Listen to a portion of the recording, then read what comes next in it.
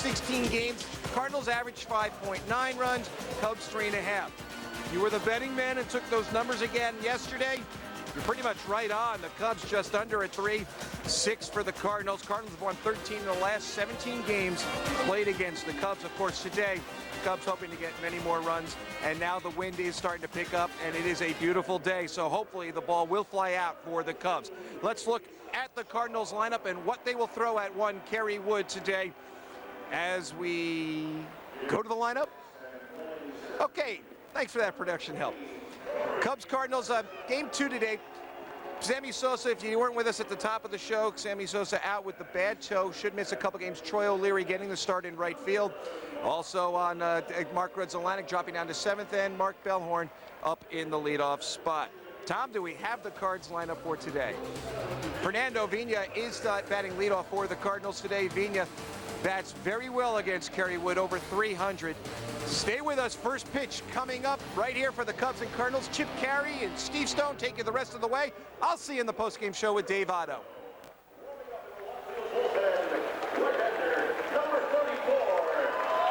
Mike's Hard Lemonade Cubs Free is brought to you in part by Just for Men. More than a hair color, it's the Rejuvenator. Ends gray in 5 minutes. Looks natural. Hi, I'm Keith Hernandez. And I'm Walt Clyde Frazier. What a marvelous night for the action. Let's go to the play-by-play. Oh, there's Mr. Graybeard approaching Miss Hottie.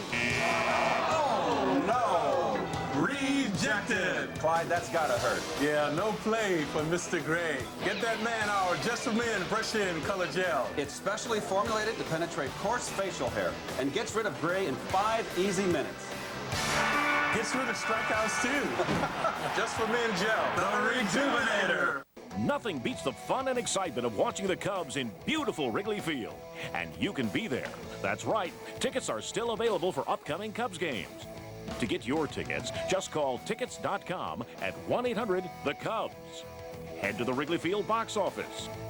Punch in www.cubs.com. Or visit any Chicagoland Sears or Sears hardware store. Don't wait. Catch all the Cubs action firsthand and get to the game. There's only one Max Madsen, but there's 3 Max Madsen Mitsubishis, including the all-new Max Madsen's Aurora Mitsubishi. State-of-the-art, unlike any other in any state. 6 acres and more than 650 new Mitsubishis. Used cars, trucks, and SUVs. Row after row in a service facility unmatched anywhere. Head west to Aurora and wake up and drive to Max Madsen's Aurora Mitsubishi. East Ogden Avenue, just a half a mile west of Route 59. Get ready for Super Action Saturday. First, trapped in a strange dimension. Unless you sort it out, you could go crazy. Something's wrong. On an all-new, everything's exactly as it should be. Mutant X. Then, a serious threat or hidden agenda. Plan on wiping out the entire Nietzsche race. This is bad.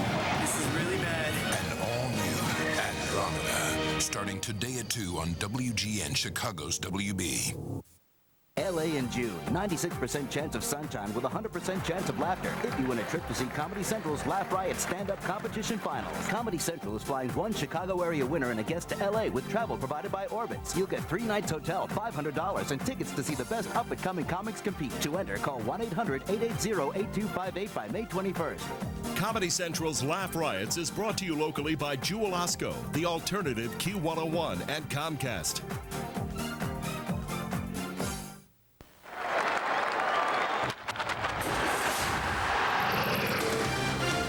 Yesterday, Corey and Moises went deep off Cardinal starter Matt Morris, but it was Fernando Vina's slam that dunked the Cubbies. Today, the wood will be equally important, but this time we're talking about pitching, as Kerry, Wood, and Woody Williams take the hill to determine Central Division supremacy.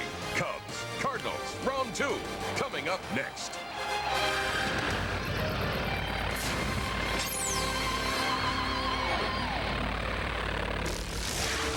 Well, for Cub fans, that's not a particularly good look. The St. Louis Cardinals are in town. They won the first game of this 3-game series, and another packed house is gathering here at Wrigley Field under clearing skies For Game 2 of the weekend set, it's the first place Cubs and the Cardinals dueling again here on Fox Sports Net Chicago. Hi again, everybody, with Steve Stone, Chip Kerry. Welcome back to Wrigley Field, where Dusty Baker has shuffled the cards. A dramatic change in the Cub lineup and a very big injury to report today. Sammy Sosa not in the lineup. He's got a big toe problem, and it's going to probably cost him up to 5 days. And as you see, Sammy doesn't miss many innings, and unfortunately for the Cubs, he's going to have to miss the rest of this series. And the Cubs haven't done well against the Cardinals. Last year they won just 6 of 18 games against St. Louis. So Troy O'Leary will get the start in right field today. Dusty Baker also shuffling the leadoff spot. Mark Bellhorn in a customary position. He was this team's leadoff hitter the second half last year. He's back there today. He did very well the second half of last year. The on-base percentage at .387. He hit 14 home runs. As you can see, 22 runs batted in, but that's not the number you look at for a leadoff hitter. Get on base close to 40% of the time.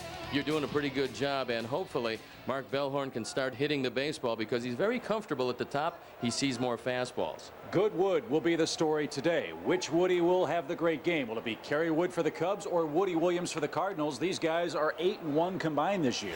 And they do it diametrically opposed. Kerry Wood is overpowering. Woody Williams has to move the ball around. Woody Williams very rarely walks anybody. Kerry Wood strikes out a whole lot of people.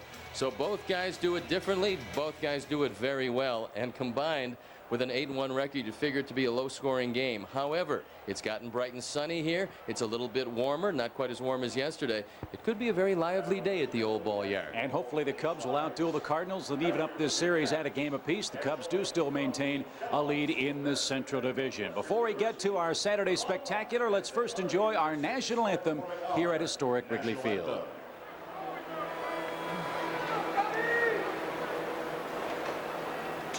Oh, say, can you see by the dawn's early light what so proudly we hailed at the twilight's last gleaming, whose broad stripes and bright stars through the perilous fight o'er the ramparts we watched were so gallantly streaming, and the rockets' red flares bursting in the air gave proof through the night that our flag was still there. Oh, say does that star-spangled banner yet wave o'er the land of the free and the home of the brave.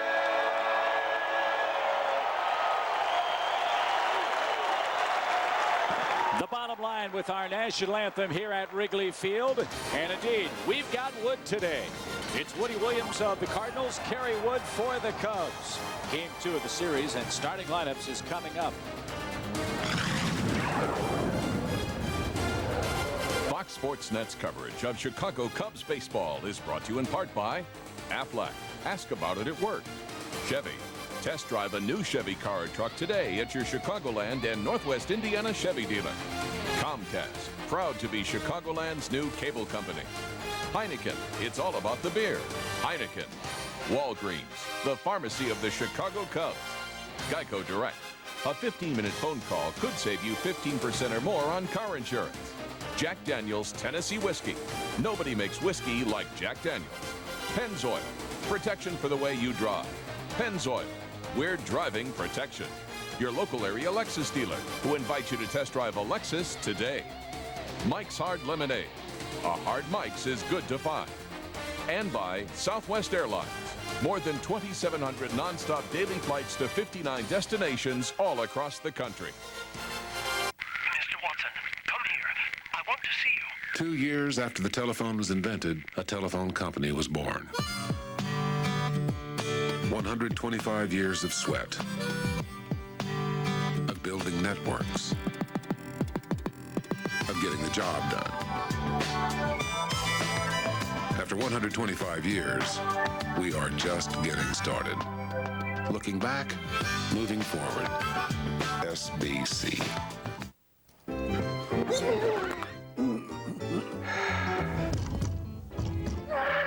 Your old windows giving you a workout? Replacing them is as easy as calling 1-866-4-FELDCO. All Feldco replacement windows are custom made and custom installed, always at a great price. 100,000 customers like our style. Tired of wrestling windows? I'll take the phone now. Call 1-866-4-FELDCO for a free estimate. Feldco replacement windows. Showrooms north and south.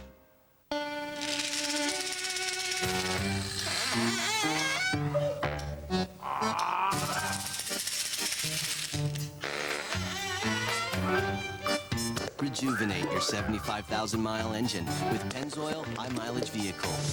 The motor oil specially formulated for the needs of your older, wiser vehicle. Pennzoil, word driving protection. Now at Pep Boys, buy a case of Pennzoil motor oil and get a free bottle of the Outlaw.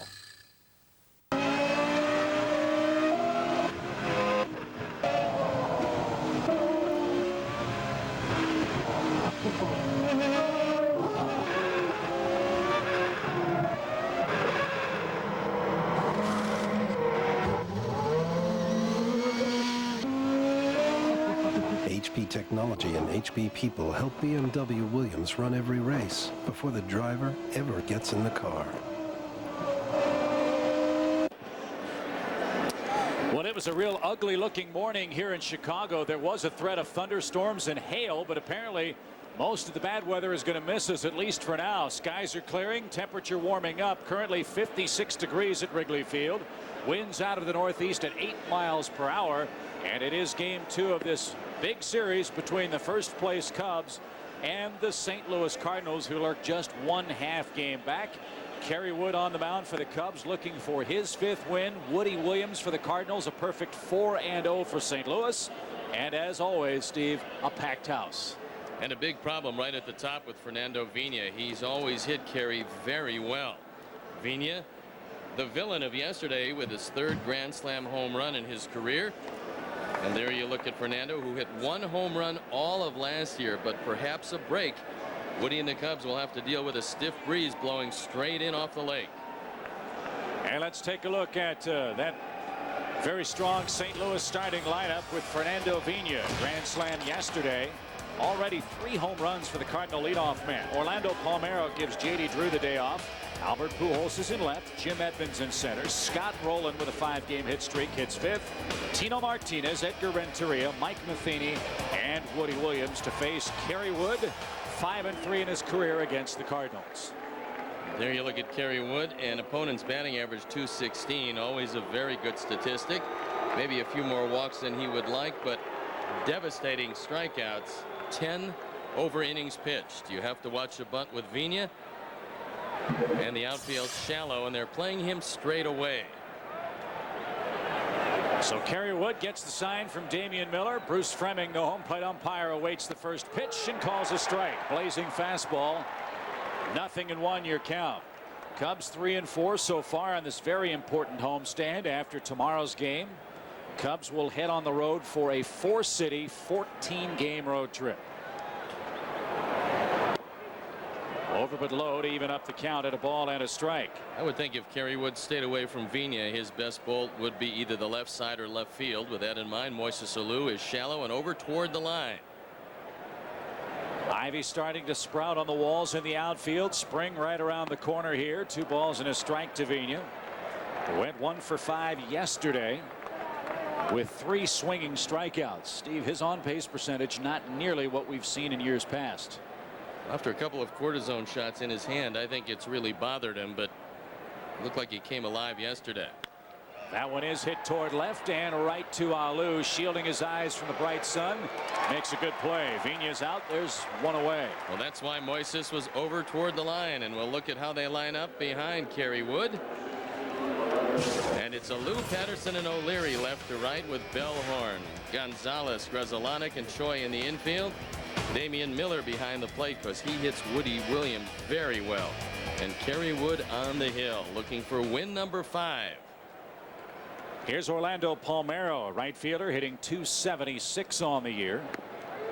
Another potent left-handed bat the Cardinals have stockpiled, and they've got a lot of them with Vina, with Edmonds, with J.D. Drew, Tino Martinez. They have a very balanced offensive attack. He did swing at that, I'm pretty sure. He did. And it's 0-2. That's the pitch for Wood that has turned such a security blanket for him. When he was allowed last year to start throwing that wicked slider again, he took off again. And for left-handers, they can't pick up the fact that it's a slider. It almost hits them in the back foot, and more times than not, they swing at it. So Palmeiro behind 0-2. And there's Kerry's first strikeout. 2 up, 2 down for Pujols, who has hit Wood very well in his career. With 2 strikes, Kerry Wood, a lot like the same numbers that Sandy Koufax had. It's tough to get a base hit. This is another slider, and you can see Palmeiro, a pretty good hitter, swings well over the top of that one. Pujols getting another start in left field. They're going to start accelerating his throwing program. Again, he's got that strained elbow ligament. The Cardinals were told it would be about a 3-week period where they didn't want him throwing at all. Well, he's right at the end of that period now. He can make some throws from the outfield, but he has not yet turned the arm loose and thrown with maximum velocity. Well, Albert has hit Kerry Wood pretty well. 316 with a couple of homers, but he hits everybody pretty well. That's fouled into the front row, and 2 balls and a strike. As you can see against Kerry Wood, those are 2 of the guys you have to worry about, along with Jim Edmonds, who's hitting .304 against Kerry. So this is a real good lineup for the Cardinals.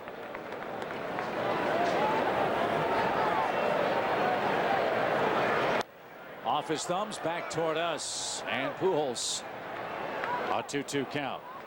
Well, occasionally Pujols, who has good plate coverage, has started to swing at sliders low and off the plate. That's how Cincinnati worked him. Now the National League likes to throw him inside off the plate. That's only good when you get ahead.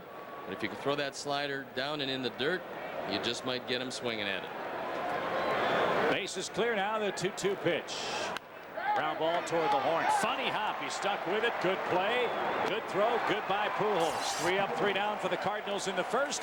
Here comes the new look Cub attack after this.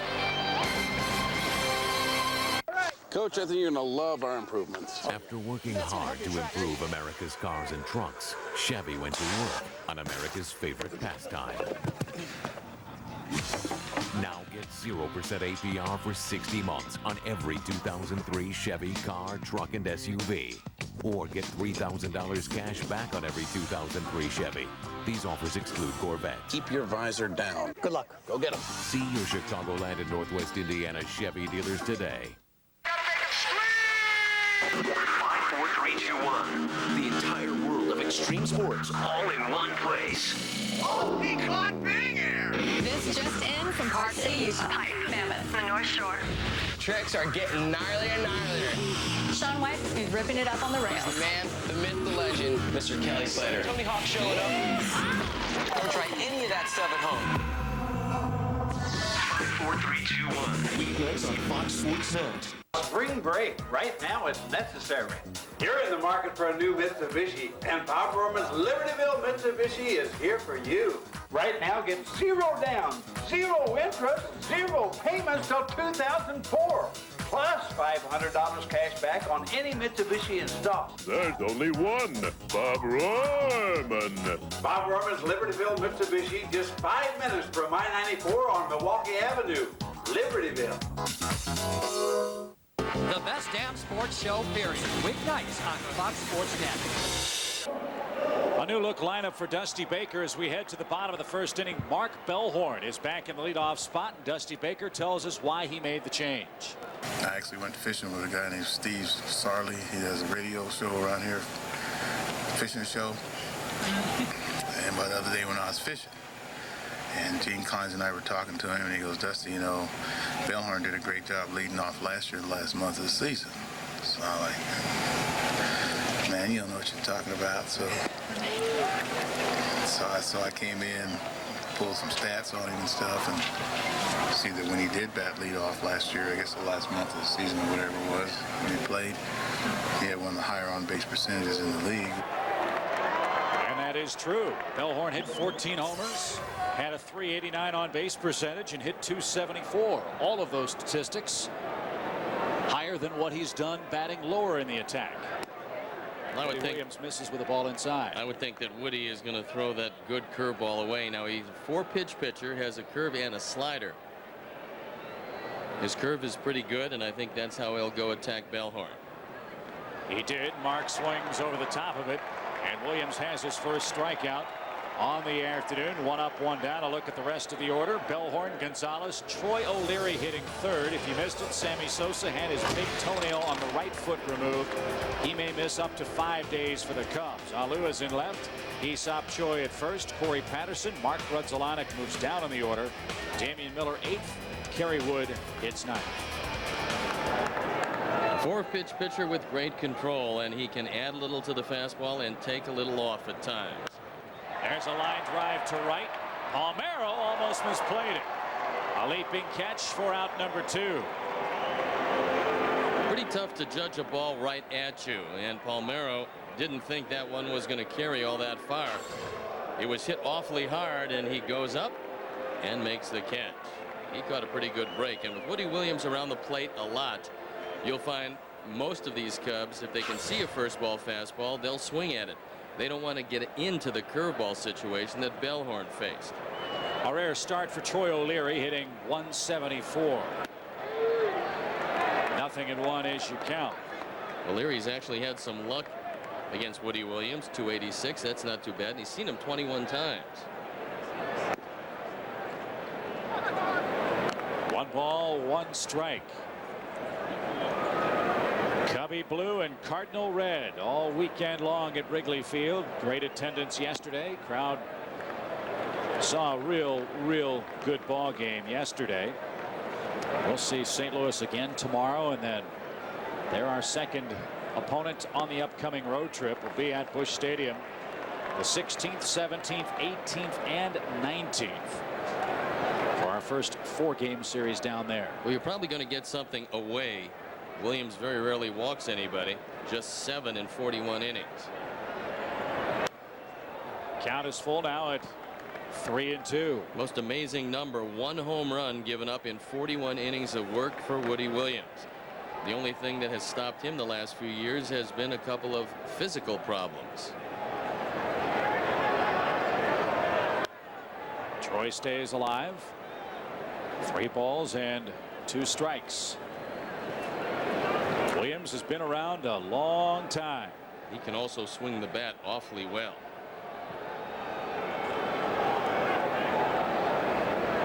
Williams, 36 years of age. They got him from the Padres for Ray Lankford in August of 2001, and that was a huge deal for the Cardinals. They had big-time pitching problems, and he went 7-1 in 11 starts down the stretch that season. Last year, he pitched 17 times and went 9-4. He's a man that's rediscovered the magic with the Cardinals. And a real good at bat for O'Leary here. That one popped up down the right field line, and it's out of play. Troy spoiling some Williams offerings here. Williams had an aneurysm under his pitching arm and has come back from that 100%. And the Cardinals certainly need him. From Houston, Texas, was an All-American shortstop in Houston, and that's why he is as good a hitter as he is. 3-2 again. O'Leary making Williams work here. This is a great at bat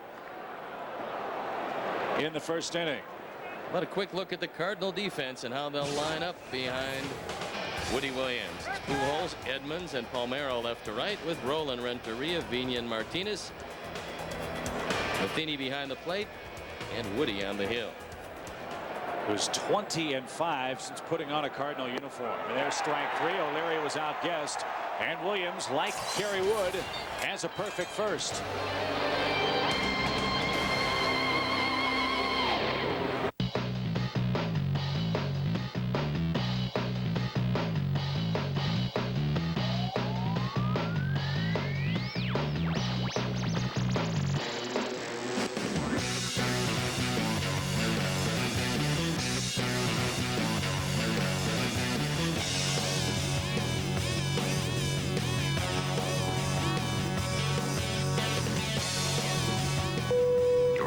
free to move about the country.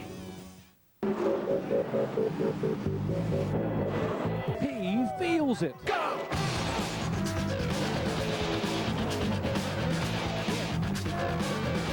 She feels it.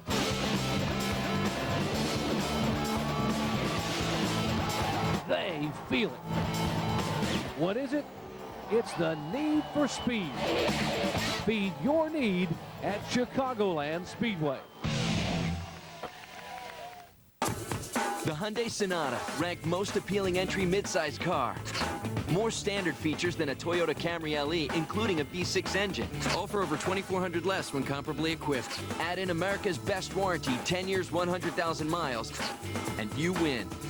Test drive the Hyundai Sonata, starting at just $15,539 at your Hyundai dealer. Hurry in and get a 2003 Sonata with $1,000 cash back through May 31st at your local Hyundai dealer. Cubs fans, with summer road construction, public transportation is a quick, convenient way to get you to the game. Take the train or bus, and the CTA takes you right to the gates of Wrigley Field. And remember, if you do drive, come early, enjoy batting practice, and take advantage of the early bird discount. One more game with the Cardinals tomorrow. There are some tickets left for that one on Mother's Day Sunday. Then our next series of games, May 26th through the 8th of June. You can pick up tickets at the number you see on your screen, or you can shop Cubs.com for the broadest selection of Cubs merchandise. Cubs.com, the official site of wearing your heart on your sleeve, cap pullover, and a whole lot more. Cubs go on the road for 14, but then they come back for 12. Funny schedule. Lots of long homestands, lots of long road trips. Well, this road trip is the longest of the year, Chip, and the Cubs will know a great deal about this team in the middle of that trip. That one forces Edmonds to skip up there. 1 ball, 1 strike. They got 4 with Milwaukee, 4 with St. Louis, 3 with Pittsburgh, and then it's a late night flight and 3 with Houston. And if they can stay afloat through 2 weeks on the road against their own division, they should be in pretty good shape. Then they'll come right back home. Pirates, Astros, Tampa Bay, and then, of course, the Yankees will be here. That one hit high in the air to left by Edmonds. And Alou again battles the high sky. 1 up, 1 down. The key to battling Edmonds, just like Richie Sexton on Milwaukee, you have to keep the ball up. If you do, he's got an uppercut swing.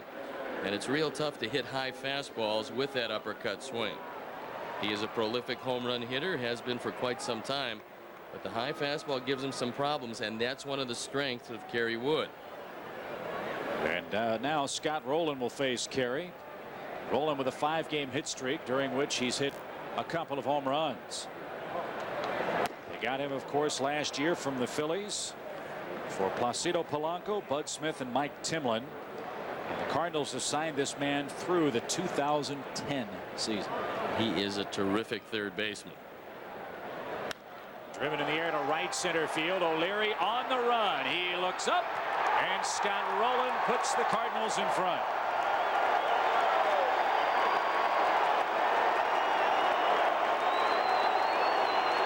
Line drive rocket.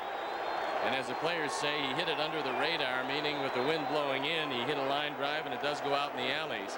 And unfortunately for the Cubs, the wind has almost completely died down. He's driven in 28 on his 8th home run, and Kerry Wood has given up home run number 4.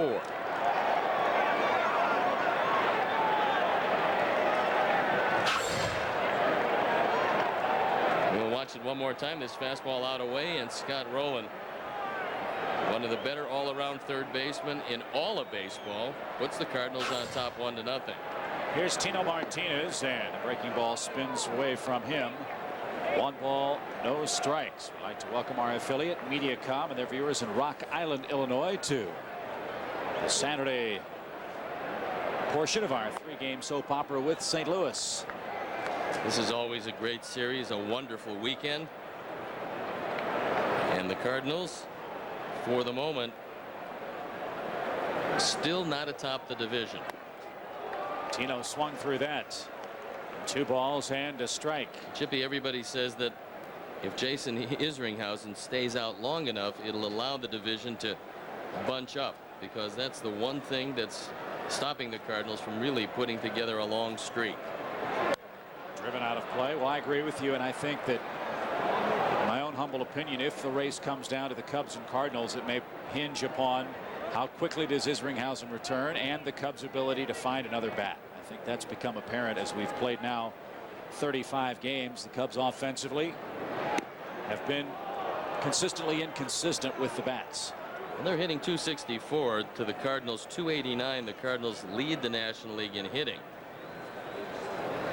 So this is a pretty good Cardinal offense. Full count. Antino hits a slow roller to the shortstop. And an easy play there for out number 2. Speaking of Isringhausen, Cardinals thought he was going to throw off the front of the mound yesterday. They've pushed that back until tomorrow. Now, before Cardinal fans get all excited, they're not going to have the catcher in a squat. He's just going to stand up and they're going to let him throw off the mound for the first time. He's had some shoulder stiffness, but they just want to get him started on the road to recovery now. Well, he had one reversal in spring training. They thought they pushed him along too quickly. He admits it might have been his fault. So they don't want to rush him. The Cardinals have stayed afloat without him. They've had some problems with bullpen by committee. Most teams do. But Isringhausen, if they can't make a trade, is really the key to this team. Edgar Renteria, one of the best shortstops in the game, now finds himself in an 0-2 hole. And the numbers bear that out. He's hitting .360. He's got 30 runs batted in the 7th spot in the batting order. And he might become the first ever Cardinal shortstop with 20 homers and 100 RBIs. Nothing in 2 with the bases clear, and that one hung too far inside. Well, you're looking at a guy that plays both ways, can hit and can certainly pick it with a good accurate arm. He's only fanned 10 times this year, 34 games. That one tipped off Miller's mask, and Renteria will stay alive. You might remember the 1997 World Series. Edgar Renteria got the series winning hit. He's always been very good in the clutch.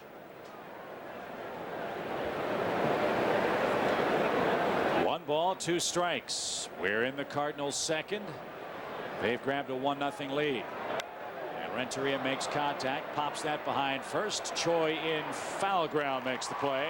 And the inning is over. Scott Rowland extends his hit streak to 6 games with a solo home run. And the Cardinals lead early, 1-0.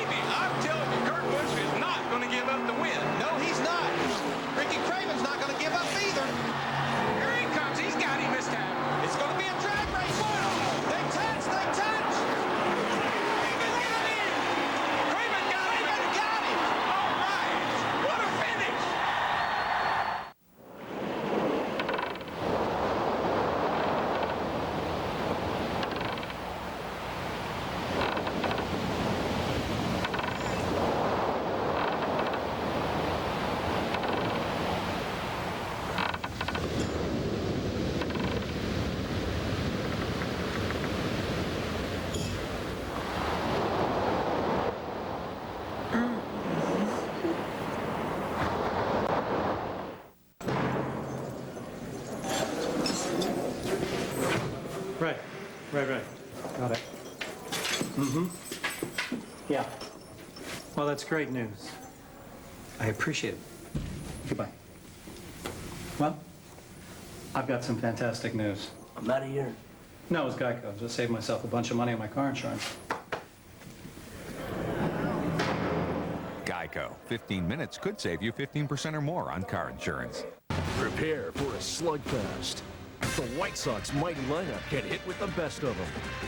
But Ichiro sparks a Mariners attack that can score at will. White Sox, Mariners, tomorrow at 2:30 on Fox Sports Net. Tomorrow, Maglio Ordonez and the White Sox wrap up their 3-game set at Safeco. They'll battle Ichiro and the Seattle Mariners. Coverage starts with the White Sox pre tomorrow at 2:30 on Fox Sports Net. Well, Moises has never had any luck against Woody Williams, but yesterday he showed that he's seeing the ball a whole lot better. I expect that he's going to go on a tear. And the Cubs need his bat, especially with Sosa out perhaps as long as 5 days. Not surprisingly, Steve, the Cubs offense was in dry dock with Alou driving in 3 runs in his last 11 games and Sammy with 3 RBIs in his last 16. In fairness to them, Gonzalez and Gonzalez weren't on base an awful lot, but they weren't hitting home runs themselves either. Well, Moise is only 1 for 14 lifetime against Woody, but he should look for something away and try to drive it. Cardinals lead on a Scott roll.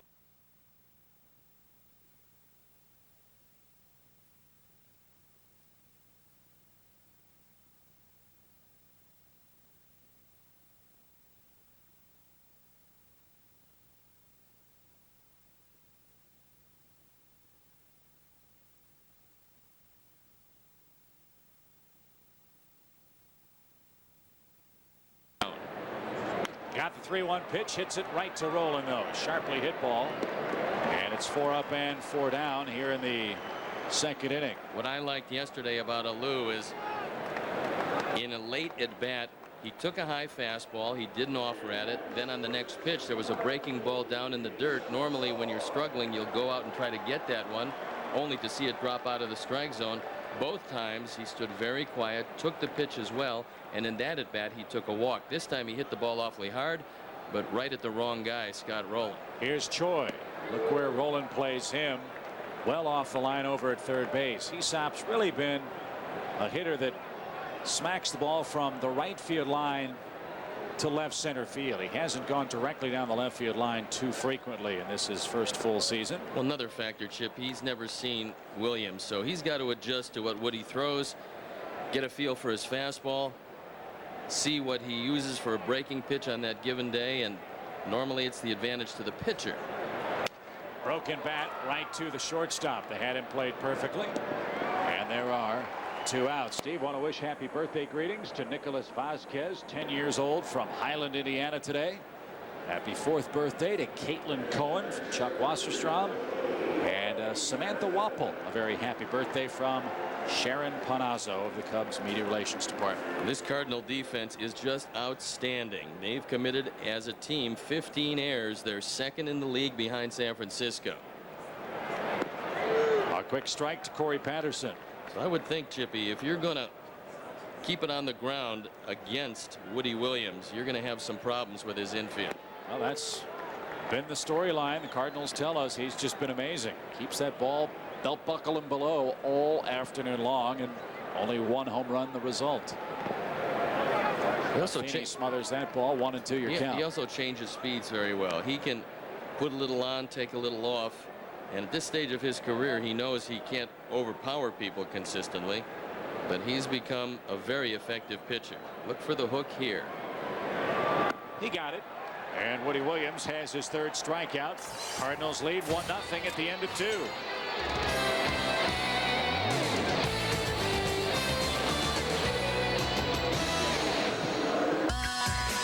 I'm coming up, so you better get this party started. Get the summer rolling at Toyota's summer event, the place where great value begins with Toyota quality. Start up one of Toyota's legendary trucks, like the iForce V8 Tundra, or the rugged Tacoma, one of the most fuel efficient in its class. Get to Toyota's summer event and start up the fun. Copyrighted telecast is presented by authority of the Chicago Cubs and may not be reproduced or retransmitted in any form without the express written consent of the Chicago Cubs. Fed up with yo-yo diets and food fads? Do you need help making the right diet choices? Introducing NutriCounter, the electronic organizer that monitors and measures your food. Not just a calorie counter, it creates a program for your individual goals. Lose or gain weight, reduce cholesterol, fat, sodium, and sugar. Manage fiber, protein, and carbs. Type in your food and it displays the nutritional content and adds up your totals for the day. If you go over your goal, the line flashes. It's like having a personal diet counselor. There's over 2,000 built-in foods, including fast foods, or add your own. NutriCounter looks like a calculator so you can discreetly use it anywhere. I use the NutriCounter to watch my sodium intake, and and I lost weight. Call the toll-free number to find out how you can invest in NutriCounter to start enjoying a lifetime of diet success. Enjoy success the NutriCounter way. Call now. To order your NutriCounter or for more information, call 1-800-704-8014 toll-free right now. That's 1-800-704-8014. Call now. Everybody, it must be because it's Sunglasses Day why Mother Nature finally cooperated. And look at who I found. Fox Sports Net's favorite son, Damon Andrews. Looking good in your shades. Thank you, Megan. I'm glad I got him, too, because I didn't bring him today. And then the sun came out. Turned out to be a gorgeous day here at Wrigley Field. And I'm glad I got him, too, to protect me from your shirt. Oh, wow. Whoa. That ain't right. Yeah, he looks like a push-up, everybody. Chip and Steve, back to you. Megan, thank you very much. 1-0 Cardinals have the lead. Good to see Damon at the ballpark and Megan as well. Our second game of 3 with the rolling Redbirds. Mike Matheny, 1-1 count. He's never recorded a hit against Kerry Wood. He's 0 for 10 lifetime, but hitting .283 with 18 batted in. Both the Cubs and Cardinals have to be very pleased, Steve, with what they've gotten from their catchers this year. I think they're both very happy, and Matheny can catch it, call it, and throw it with the best of them in the game. What he hits is just a plus. 2 balls and a strike. If Matheny can get on, you've got a very good hitter up behind him. Woody Williams is as good as there is in this league.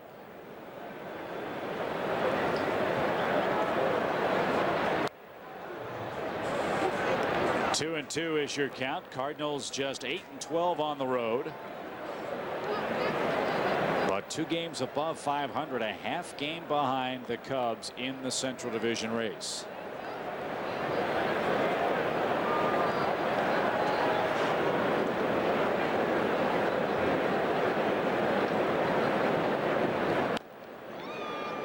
Again, it's foul past third, and Jose Oquendo makes the fine pickup for many years.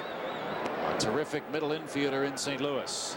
And he's one of the smarter guys in this game. Third base coach, yes, a wonderful infield coach. And one day, if he wants, and I say that because it's a big if, he will probably manage in the major leagues. He is a real smart guy and understands this game very well. Matheny spoils another good pitch. 2 balls, 2 strikes. All these years, the Cardinals have had a secret weapon by the name of George Kissel, who has tutored their minor leaguers, and by the time they get up through the system and come to the major leagues, Cardinal farmhands know a whole lot about how to play not only professional baseball, but more importantly, winning baseball because of George Kissel. Strike 3, a generous outside corner. Matheny's not going to argue much. He's hoping Bruce Framing remembers that spot when his pitcher's on the mound. Well, Chip, you hit it right on the head. The catcher can't really run afoul of the umpire because he's got to get this for his own pitcher. And if you're going to see one just off the corner or on the corner, all he says is, remember, my guy will put it in the same place. So Williams, the hitter. No, it's not Ted Williams, but pretty close, hitting .357.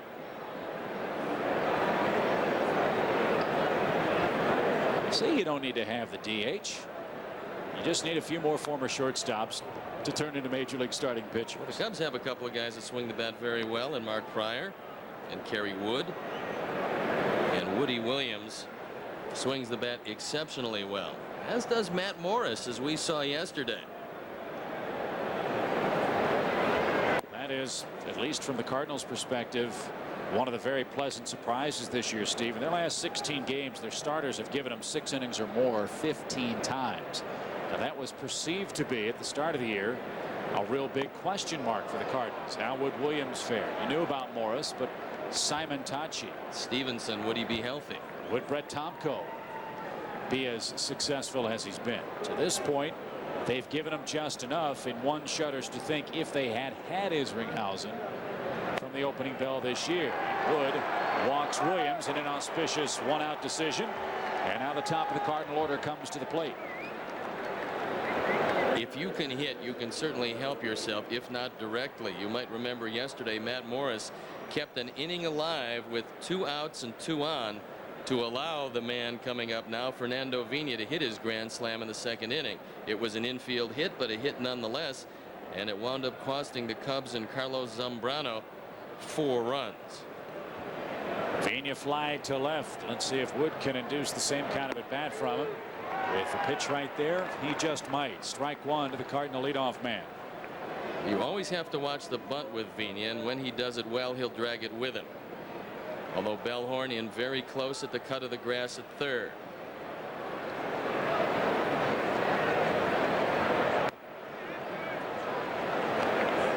One ball, 1 strike. Vina's a guy that's bounced around for many years. Originally, I believe, was in the Mets system. Briefly spent some time with Uncle Lou with the Seattle Mariners as a Rule 5 player. And went to the Brewers, if you recall. And had terrific years there before moving on to St. Louis. And he gets a pitch to pull, and he does just that. Into the right field corner. O'Leary's got to hurry. Williams around second. He's on his way to third. He will stop there. Vina does it again. Another pitch to pull. A double with 1 out. I would think eventually the Cubs are going to get real tired of seeing Fernando Vina either pull it in the gap or hit it down the line, and they'll start throwing him pitches away. Yesterday was a grand slam home run on a pitch inside. This time it's another pitch inside, and even though it's up, Vina turns on it, and now the walk to Williams, very important, as the Cubs have second and the Cardinals have second and third, only 1 out. So Vina in his free agent year is at second base with a 2-base hit. Cardinals have an option on his services for next season, and Palmeiro skips out of the way. Miller saved a run with a tremendous stop behind the plate. And this is where you probably get some protection. Normally with 1 out, you'd say, look, left-hand hitter, you might think of putting him at first base, but you've got Pujols and Edmonds coming up. This is a great stop by Damian Miller. He undoubtedly saved the run.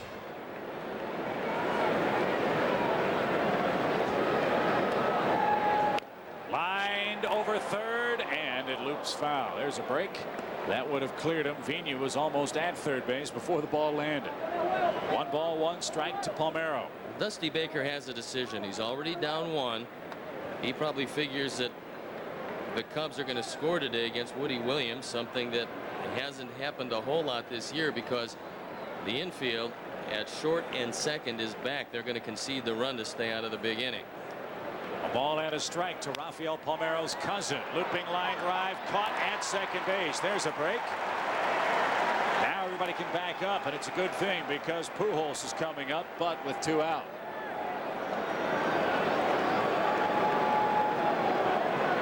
Edmonds is awfully good. I would go at Pujols like you have first base open, which you do. This is the guy that really makes this team go. In fact, when he was nursing a sore elbow, he was out for 5 days. The Cardinals lost 4 of those. Be careful here.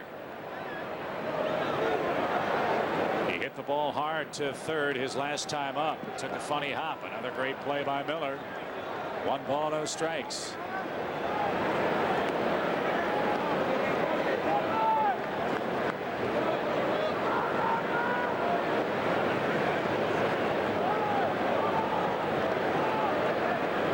Really flirted with throwing a wild pitch, would be his second of the year, and produce a run.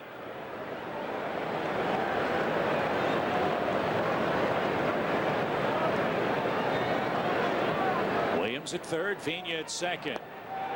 Did Pujols offer? He did. 1 ball, 1 strike. That changes the at bat dramatically. Well, if you go inside with a fastball, go inside off the plate. This is a slider. And this is where a bad elbow comes in, because you start to swing, you feel the elbow, you can't check your swing.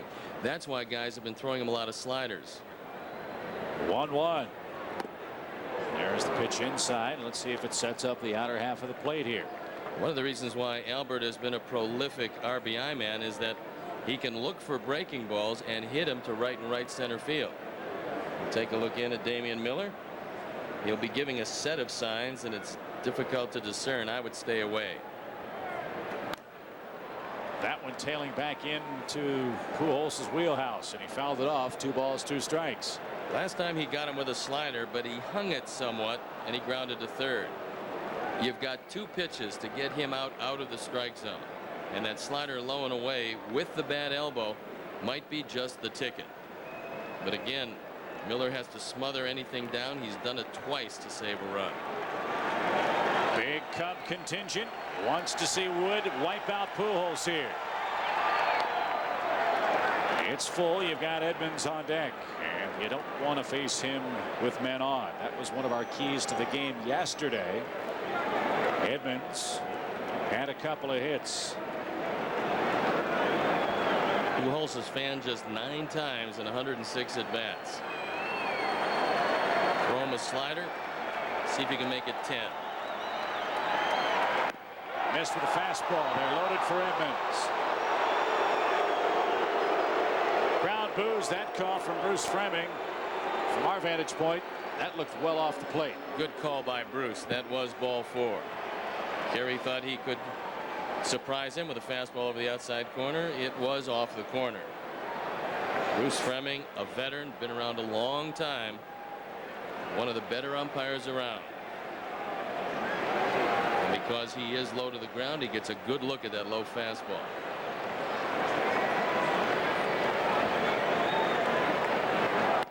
That's right down the middle.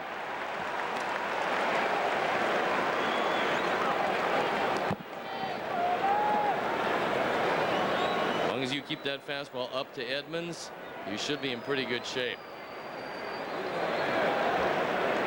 Bases full of Cardinals, and Edmonds lays off a low breaking ball to even up the count. No place to put him. You've got Rolen waiting next, and Rolen's the man that's put the Cardinals on the board. A solo home run with 1 out in the second.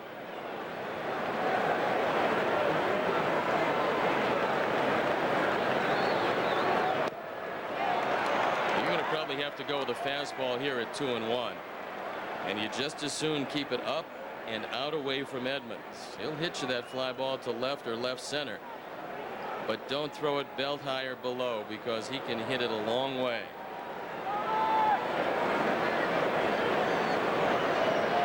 Very dangerous confrontation. 2-1.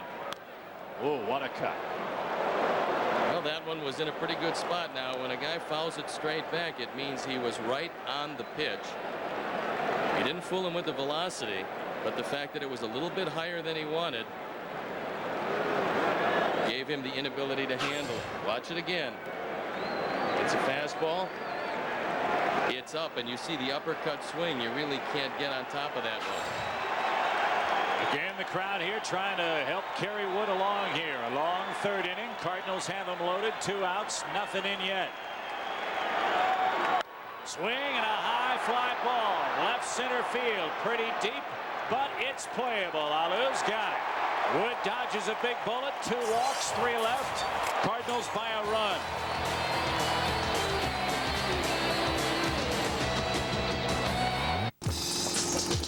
Americans are hardworking people, but they also treasure their free time. That's why most people have outdoor power equipment with high-performance Briggs & Stratton engines inside. They start easily and have the power to get the job done quickly. In fact, they've been helping Americans make the most of their free time for nearly a century. So be sure there's a powerful Briggs & Stratton engine inside. Briggs & Stratton, the power that works for you. Our new Ford Taurus is just an unbelievable value. We've been looking at one with a power moonroof at no extra charge. Well, Taurus did earn the government's highest safety rating. It's roomier than the others we looked at. We chose the 0% financing for 5 years. Well, Ford's going to match our down payment up to $1,000 for a total of $4,500 down. It is thousands less than the Accord or Camry, and it's got the power of a V6 engine. I know. We're picking ours up today.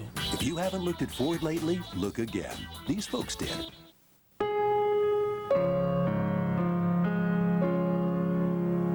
Take me fishing and show me how to drive the boat. Take me fishing, so we'll always have something in common. Take me fishing, because my wedding will be sooner than you think.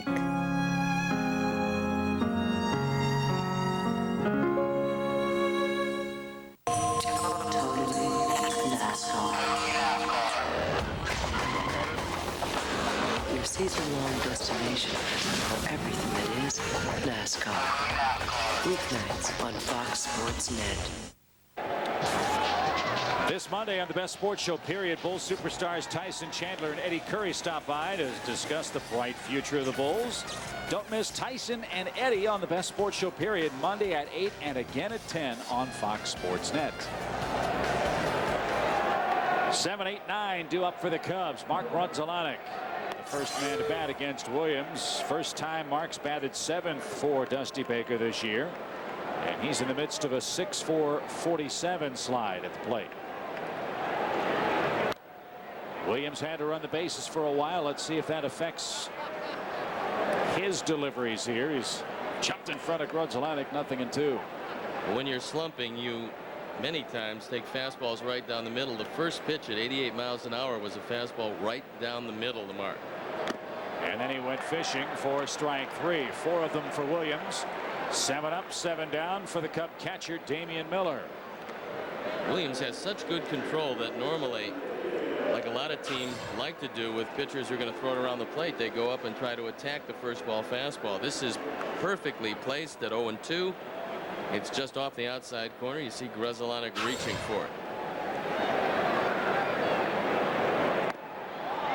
No balls and a strike. This is the guy in the lineup that has hit Woody Williams the best.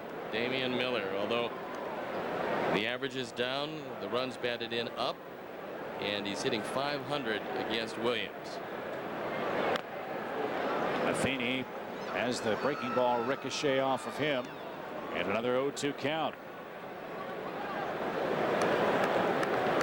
Two pitchers who, as Steve said, go about their business in diametrically different ways. Kerry Wood, a power pitcher. Here it is, hit it as far as you can. Williams doesn't have that kind of velocity, but I think it's fair to say much better command of his pitches than Kerry Wood has at this point in his learning curve. Well, 11 years separate these guys and a lot of major league innings, but you never get a real good shot at Williams. He throws up, down, in and out, doesn't use the plate very much. He'll use the corners quite a bit. Lets the hitter get himself out.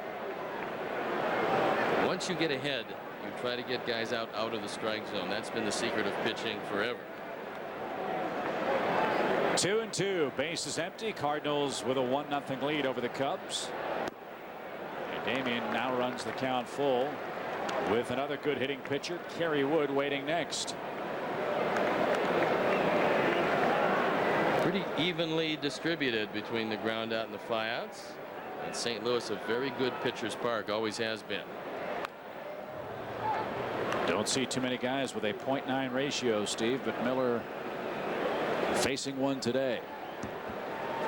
Well, not many guys that are all that effective. You'd like to have more ground balls than fly balls, but surprisingly, Williams has given up just the 1 home run in now 44 innings of work.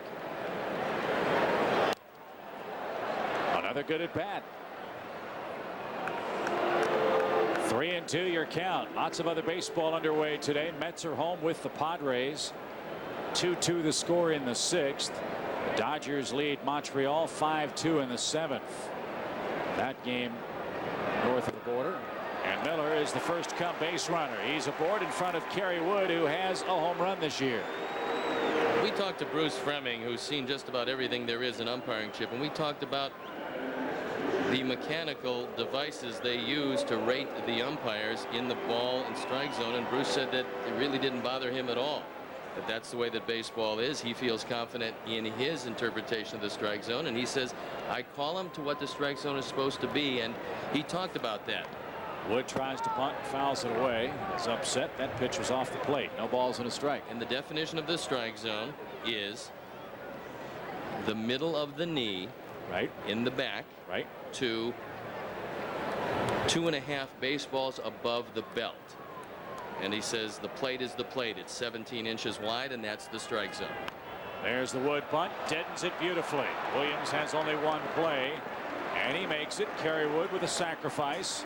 And we'll see if Bellhorn can drive in Miller with the game-tying run. Bruce also said that he had a very good crew working with him. He thinks that Ron Kulpa and Doug Eddings, even though they're very young, are going to be pretty good umpires. And, of course, Mike Winters is a veteran. And here's a good bunt. The only thing Williams can do with it is go to first base. I do, however, hate to see pitchers lob the ball over there. But he got the job done, and the tying run is out at second base for Bellhorn, trying to rediscover the magic in the leadoff spot.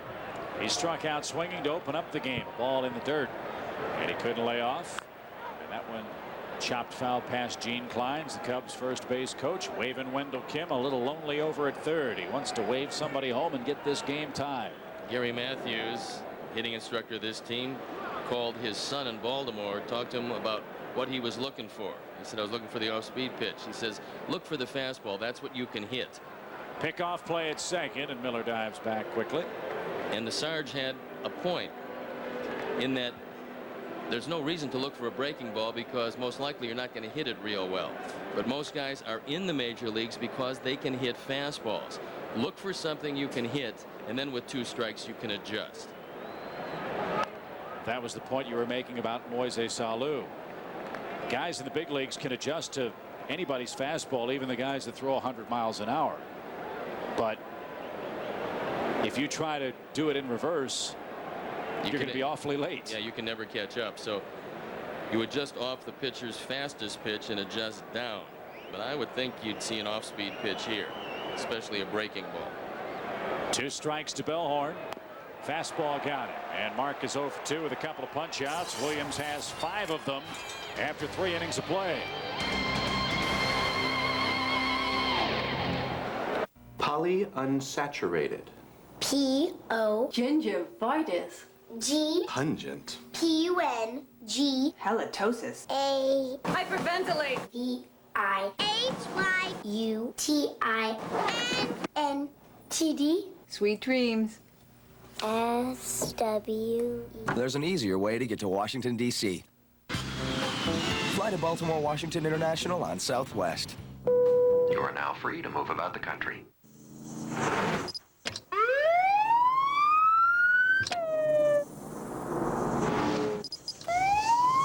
Oh, come on, let's get this guy. It's got to be over 100 degrees out there. Do you have any idea what that does to an engine? Need a motor oil for hot temperatures? We developed one. Pennzoil Synthetic resists thinning to protect engines in hot summer conditions. Pennzoil, we're driving protection. Now at Pep Boys, buy a case of Pennzoil motor oil and get a free bottle of the Outlaw.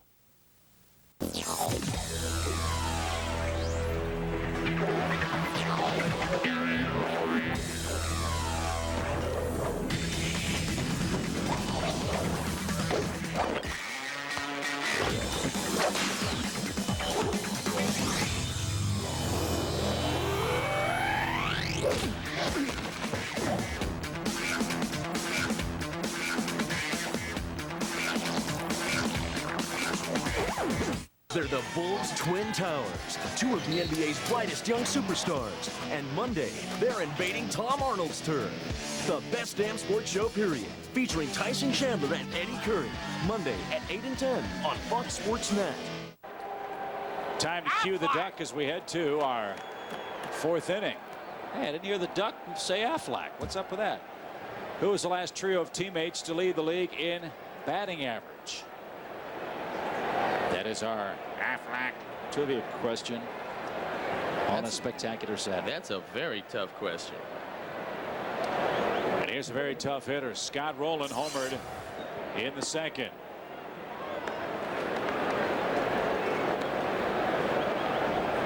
I'm going to guess the 27 Yankees. Yes, but you have to guess the teammates, not the team. Oh. All right. Ruth, Gehrig, Lazari. How's that? 1 ball, 1 strike. That's good enough. Late arriving crowd, what with the bad weather and all. There were a few empty seats before the game, but none to be had right now. There's another strike from Wood. 1 ball, 2 strikes, your count. Just a glorious day, warming up by the minute. And hope the good weather continues tomorrow for every generation of baseball fan here in Chicago.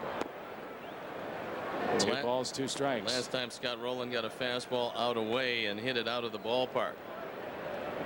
The wind, not much of a factor here today.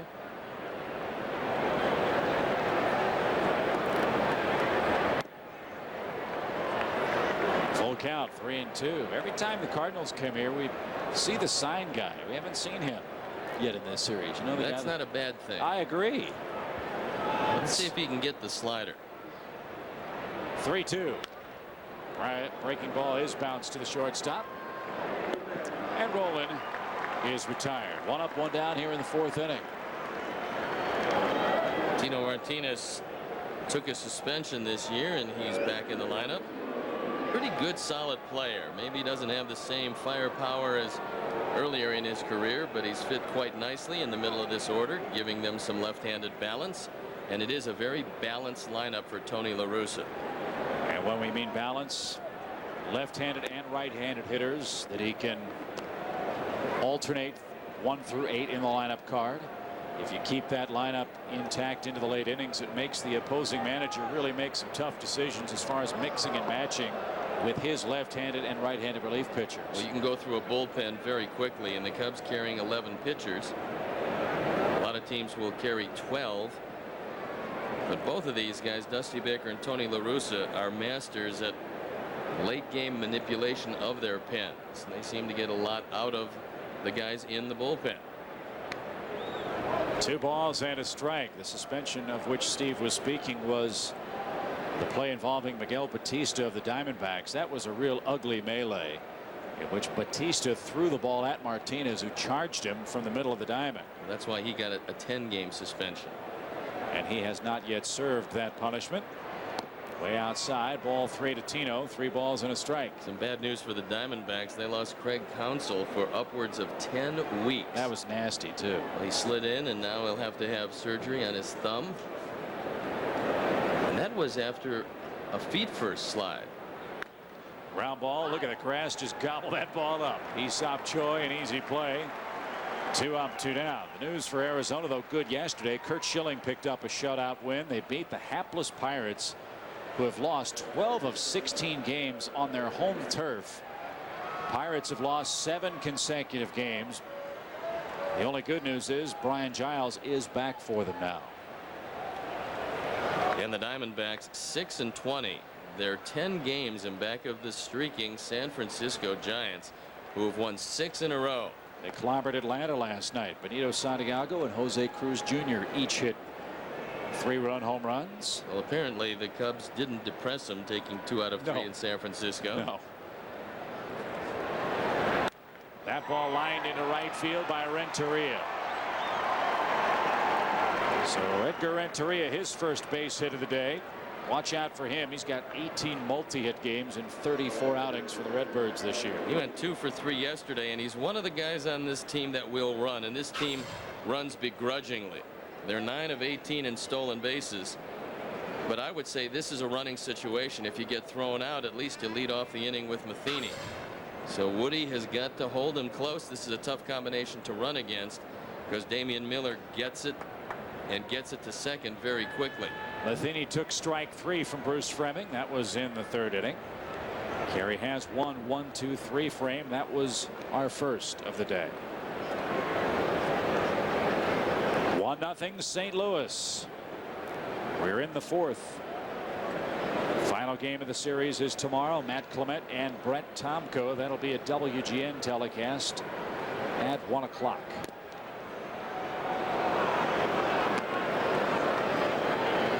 With Matheny 0 for 11 against Wood, this is where he wants to get him at 2-0.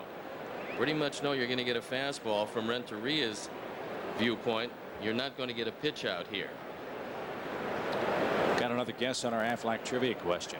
Okay. How about almost an error by Kerry Wood. Good pickup from Choi. Willie McGee, Vince Coleman, Tommy Herr. Well, we're playing the Cardinals, so that's a pretty good guess.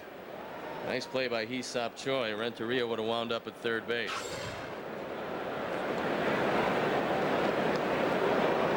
You're not right, but it's a very good guess.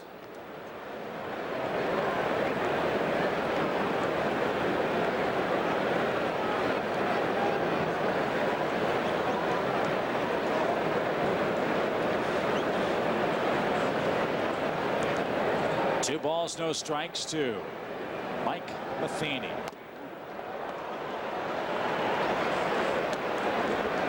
The Cardinals Cardinals had the big inning against Zambrano in the second inning after 2 pitches, 2 outs, and a ground ball to Roland, ground ball by Martinez, and then 4 straight hitters reached.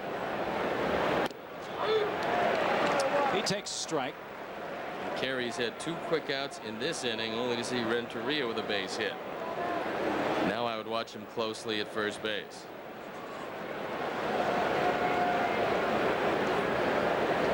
He is going. Got a good jump, and Matheny slaps it into right in front of O'Leary. And Troy comes up throwing, and stopping is Renteria. First and second for Woody Williams. Kind of surprised with O'Leary not having the typical right fielder's arm that Renteria, knowing there were 2 strikes, didn't just take off and go to third. High fastball. And Renteria's running on the pitch, and Matheny gets his first hit ever against Kerry Wood, and it came on a 3-1 fastball. And he didn't pick the ball up. He didn't know where it was, and that's why he didn't go to third. That's a bad play, obviously, with Wood having trouble controlling that slider. Miller's done a great job knocking the ball down in the early innings of our game today. If one skips away, had Renteria reached third, he might be able to score. So Kerry's got to buckle down now with Woody Williams up there. He walked him his first time up. 2 on, 2 out. Count evens at a ball and a strike. As good as Williams has been, he has yet to drive in a run. Boy, this is a good Cardinal lineup. There are no breaks anywhere for them, and that's going to be the key for them. Pretty good career hitter. Yeah, pretty good numbers with a couple of homers and 25 driven in. And the Cardinals hitting now over 290 as a team, leading the National League.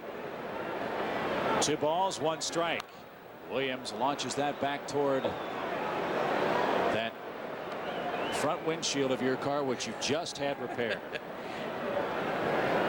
Well, the old equalizer against any pitcher, even the good hitting pitchers, is a slider. You throw Woody a slider here, and I think the inning ends. 2 balls, 2 strikes. Outside corner. Williams knows better than to complain. He shakes his head in disbelief, but the Cardinals strand 2 more in their half of the 4th inning.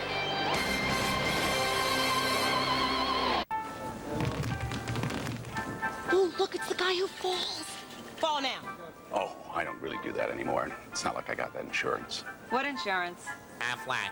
They pay you cash if you can't work when you get hurt. Not that I ever do. Aisle 5 under lingerie. Price check!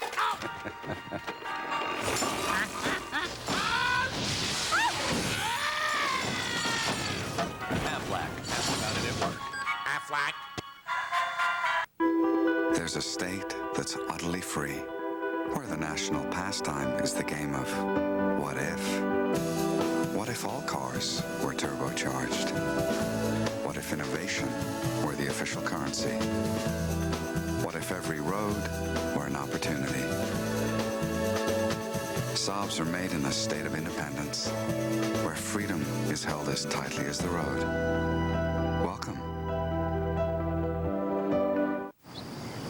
Introducing Rain-X Car Wax.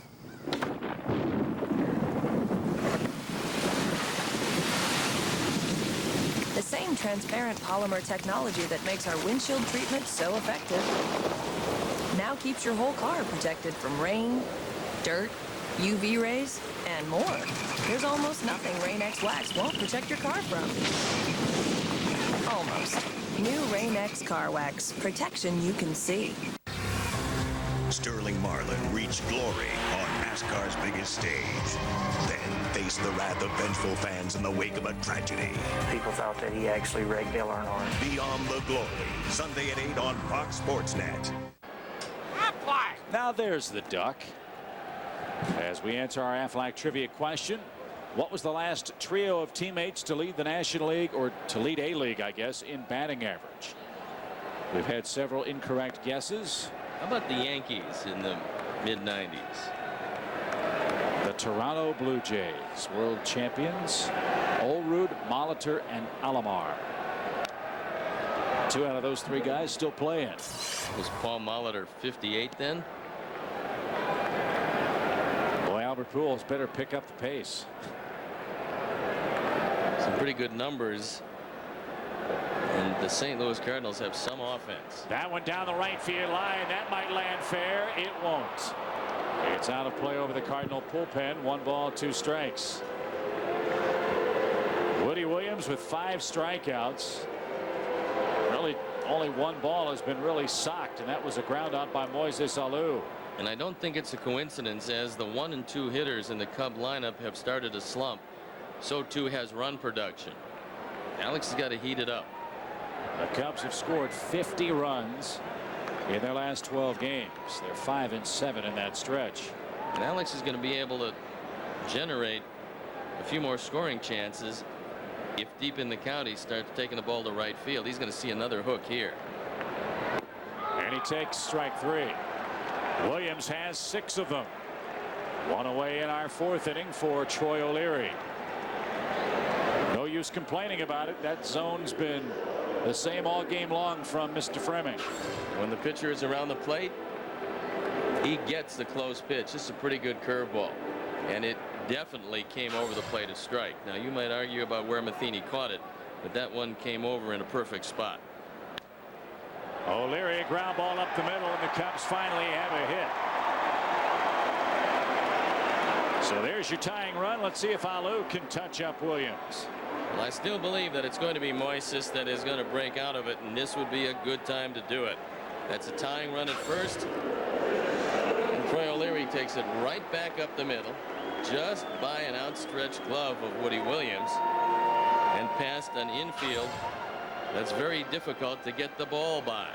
That's what we saw in yesterday's ball game. A lot of folks questioned why Carlos Zambrano was allowed to hit in the 7th inning of the game yesterday, but Fernando Vina robbed him and turned a great double play with the bases loaded in the 4th inning on a very sharply hit ball off the bat of starter and loser Carlos Zambrano. Now remember, anything hit to left field, you have to run on Pujols.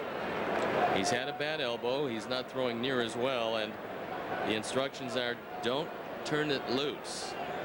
1 ball, no strikes. Alou right on top of that plate. Matheny smothers that.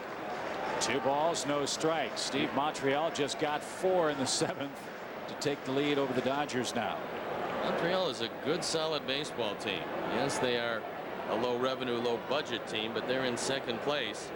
Just 2 games behind Atlanta. You'd like to see Troy O'Leary get a good secondary lead, because on a double, he's got to score from first. 2-1.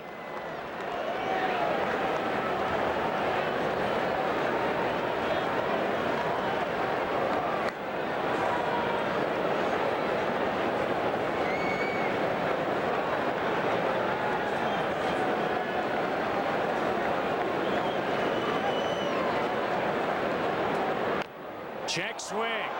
Williams slides, fumbles, fires, and still got his man. Can't believe that he was able to throw out Alou, but he got a late start out of the box, wondering if the ball was in play. Woody Williams had to slide to get it and then missed it as he went to barehand it. Right there. Finally picks it up and still gets him at first base. Pretty good dig out by Tino Martinez over there as well. So a check swing roller retires Alou. O'Leary in scoring position, however, now for Big Choi. He's up. Bounced out to Renteria. They play the shortstop almost right in the center of the diamond, and Choi hit the ball in that spot last time. Edmonds playing very shallow in center field. Maybe he hasn't seen the Choi highlights. Wind blowing in. Edmonds watches that pitch sail outside. 1 ball, no strikes. Well, Edmonds also charges balls aggressively and has a good, accurate arm, so he figures if he gets a base hit, he might have a shot at throwing out O'Leary. You got to watch the pickoff at second base. Renteria flirts with it, does not make a move, and it's ball 2. Cardinals will send the top of their order up in the 5th. The middle of the Cub attack is up here in the 4th inning, trailing 1-0. If you're just now joining us, bad news for the Cubs before the game today. Sammy Sosa out of the lineup today, may be out as long as 5 days. Had a toenail removed from his right foot. Choi, another roller. This one speared by Bruce Fleming. behind home plate. Good reflexes by the man from Brown Deer, Wisconsin.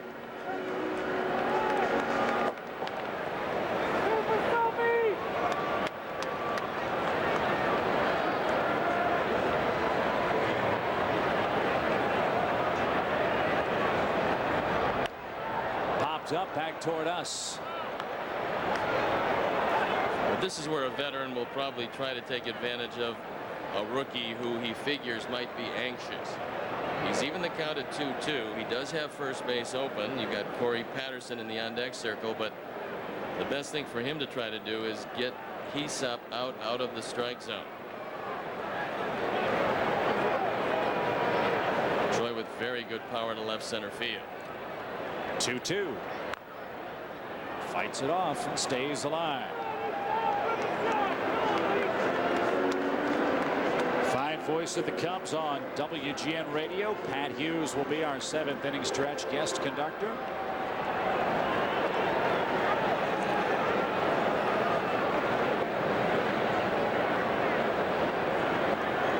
Hopefully the Cubs will have the lead. 2 balls, 2 strikes to the Cub first baseman. Chased a bad ball. 7 strikeouts for Woody Williams, and he reached back for a little extra. The Cubs have 1 hit. The Cardinals have the game's only run. Has anybody checked the interior? Some of the finest leather I've ever seen. Premium leather? Power rear door.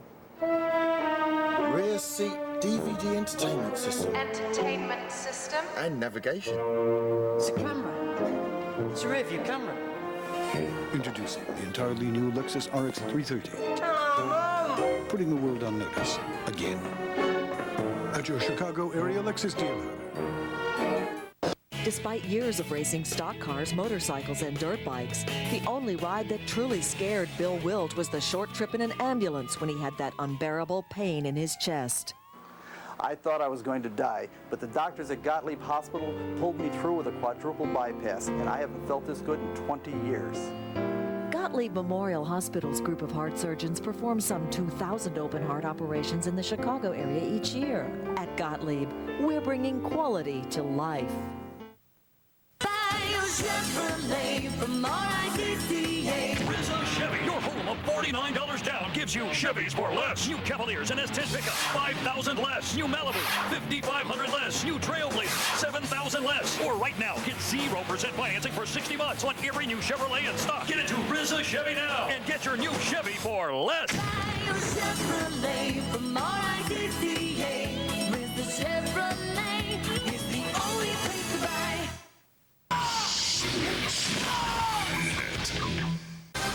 Hello everyone, Mitch Robinson with your Pontiac in-game update. Only 2 other games on the schedule in the afternoon right now that have started. Montreal puts up a 4 spot in the 7th inning. Fred McGriff has a solo homer for the Dodgers, and they out by 1. And it's 2-2, Mets in San Diego. Al Leiter actually pitching well for the Mets, guys. Al Leiter's had a pretty good year in what's been a dismal season, Mitch, for the New York Mets. What with a payroll upwards of $120 million. And the heat apparently is on their general manager, Steve Phillips. A lot of folks, Steve, are starting to point the finger at him for a lot of big money, big name acquisitions that have not worked out, and some decisions too. Cedeno in center field being one of them. Burnitz, Vaughn, Robbie Alomar have not played well since putting on that Met uniform.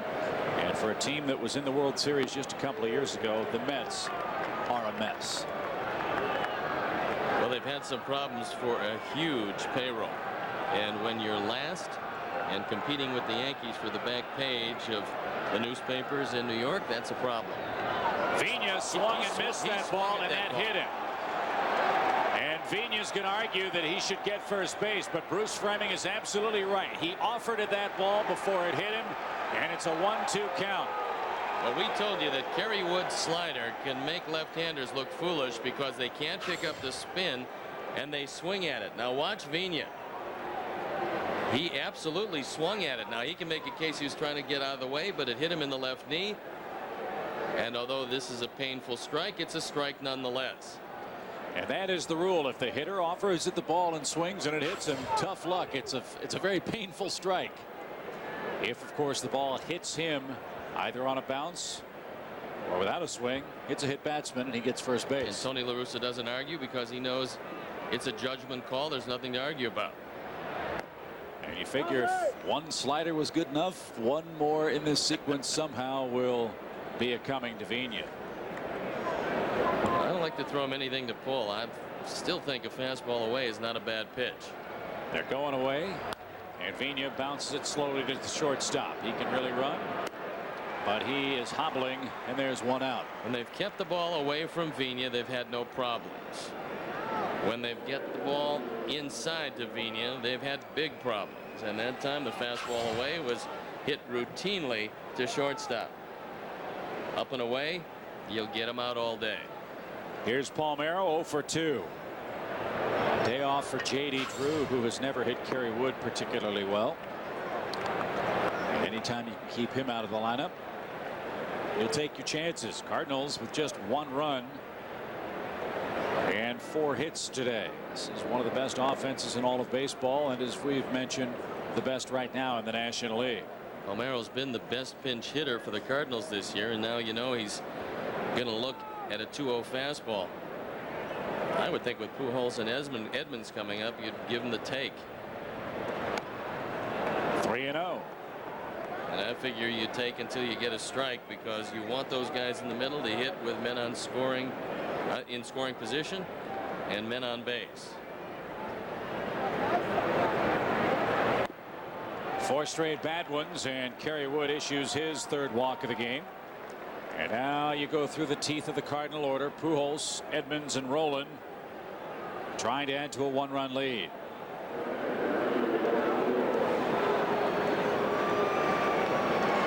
Finally last night somebody cooled off the Houston Astros. Philadelphia Phillies beat them. Brett Myers is turning into a terrific young pitcher. He's got great stuff. Reminds you a little bit of Mark Pryor. And Jim Thome starting to hit the ball out of the ballpark. He's homered 3 times in the last 3. Houston had a 7-game win streak stopped, and one reason why they are able to win, they've got maybe the best 1-2 combination at the end of the game in Dotel and Wagner. We haven't seen the Astros yet. We will on this upcoming road trip. A strike to Pujols.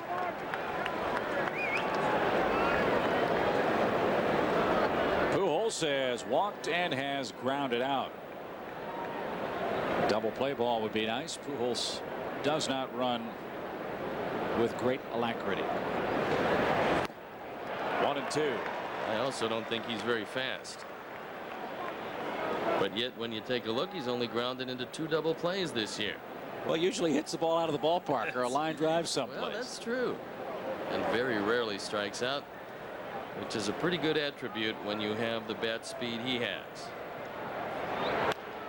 Ground ball toward 3rd. Bellhorn spears it. And a double clutch, and all they get is Palmeiro at second base. Edmonds will hit with a man at first now, but 2 out. Slow developing play, and on a high chopper it would have been doubtful if you could have gotten 2, but once Mark Bellhorn bobbled it, they get the safe 1, and it keeps the inning alive for Edmonds. Talk about teams, Steve, that are making great improvements. That Cincinnati Red Ball club is amazing. They won another game in their last at bat. Jose Guillen hit a game-winning homer last night in the 10th for them. Reds are back to 500 and winners of 5 consecutive games. Just when you thought that Bob Boone might have some problems there, they've won 5 in a row and 8 of their last 10, and they're right back in the race. It's amazing how much smarter a manager is when his starting pitching is good, when his bullpen, which is the strength of that team, is good, and when they get offense late in the ball game. Well, twice the Cubs have gotten the ball up and stayed away from Edmonds, and twice they've gotten them out.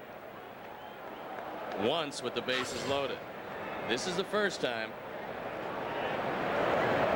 And this is the second time, and this one just barely was high enough because the ball stayed in the ballpark. But both similar pitches, and that's where to attack Edmonds.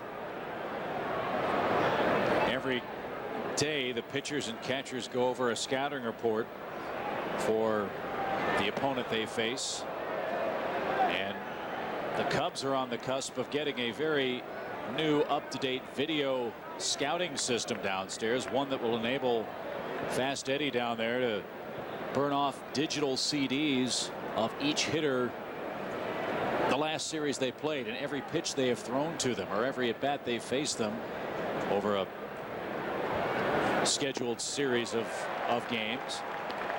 The art of video scouting.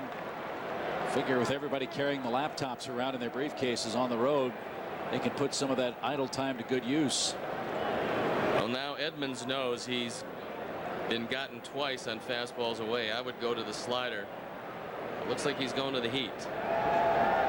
And he got it right where Miller wanted it. Edmonds in disbelief. The outside corner's been generous for both sides in this ball game. We're halfway through a pitcher's duel in Chicago. First, Chevy redesigned the Trailblazer with room for 7 and all their stuff. Yeah, what can I get for you? Hey, give me dogs. Give me one dog. Now, we're going to work on Chicago's cuisine. Here you go. Maybe we'll stick to what we do best. Need a napkin for that? Get 0% APR financing for 60 months for qualified buyers on a 2003 Chevy Trailblazer EXT. See your Chicagoland and Northwest Indiana Chevy dealers today. Rates are so low. Rates are so low. Fifth Third Equity FlexLine rates have never been so low. With rates this low, you can remodel that room or build your dream kitchen. Fifth Third Equity FlexLine will be music to your ears. It's another great performance, backed by the strength, stability, and convenience of Fifth Third Bank. Rates are so low. Working hard to be the only bank you'll ever need. In the desire to move ideas forward, printing in black and white has served us well. But color is more effective. The fly in the ointment: cost. Imagine a multi-function printer that gives you low-cost color without raising the cost of your black and white. The new Officio 1232 from Ricoh. Ricoh. Chicago Cubs baseball is brought to you in part by Toyota. Get the feeling. Corona Extra, miles away from the ordinary. And by your Chicagoland Ford stores. If you haven't looked at Ford lately, look again. Well, it's not the 7th inning yet, but as we say when the Cubs are trailing, let's get some runs. It's 1-0. Woody Williams has allowed just 1 hit in this game and has struck out 7 men. That's a season high. He'll face Corey Patterson first, then Mark Gonzalez, then Damian Miller in our Toyota Fan of the Game inning. Today's contestant, Linda Cush from Naperville. Linda, if the Cubs score here in the 5th inning, you'll win a Fox Sports Net Toyota prize package, which includes a hat and a t-shirt. Every time I say that Corey should bunt, he usually hits a double. Now with the 2-0 count, you don't think about bunt because this is the hitter's pitch. And he took it. 2 balls and a strike. If you take a look at where Martinez is at first, they're giving him a base hit. Well, he has only 1 bunt hit. And a looping fly ball into shallow left center field. Edmonds coming on, cannot get there. Big turn at first. Leadoff man on for the Cubs, and your best base stealing threat, Corey Patterson, is on. That's a tying run. And the Cubs have 2 singles to show for their offensive efforts today. Patterson 3 out of 5 in the stolen base department. As fast as he's been, he has really yet to pick up keys that opposing pitchers will use, and most base runners will either key on the back leg or the front shoulder. Pitcher turns in his front shoulder, he has to come home. I'm talking about a right-hand pitcher. If he breaks his back knee, he has to come home. Now a lot of guys have adopted the balk move, where they break the back knee and go to first. Excellent pitching so far today. 1 run has decided it to this point. We're in the 5th inning. Let's see what Gonzalez does. Patterson leads, twitching. Williams steps off. You get tired of twitching. And this is a good hit and run situation. If you're Tony La Russa, the only thing you ask is, do you call the pitch out on the first pitch?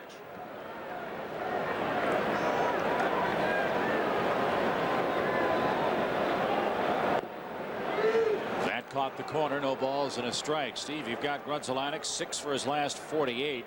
Would you consider taking the bat out of his hands and sacrificing with Miller up next, a man that's hit Williams well? Well, Miller is the guy in this lineup that has hit Woody Williams the best, and you have a good hitting pitcher in Wood.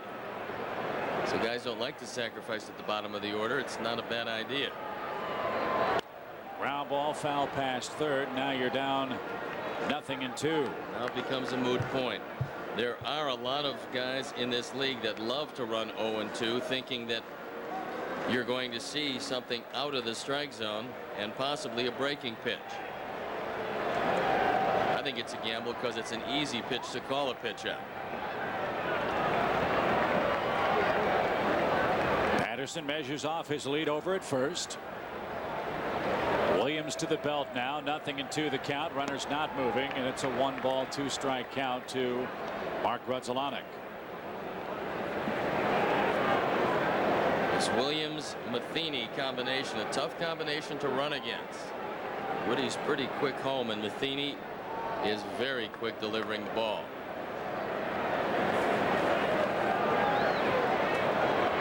He starts, then stops. 1 ball, 2 strikes.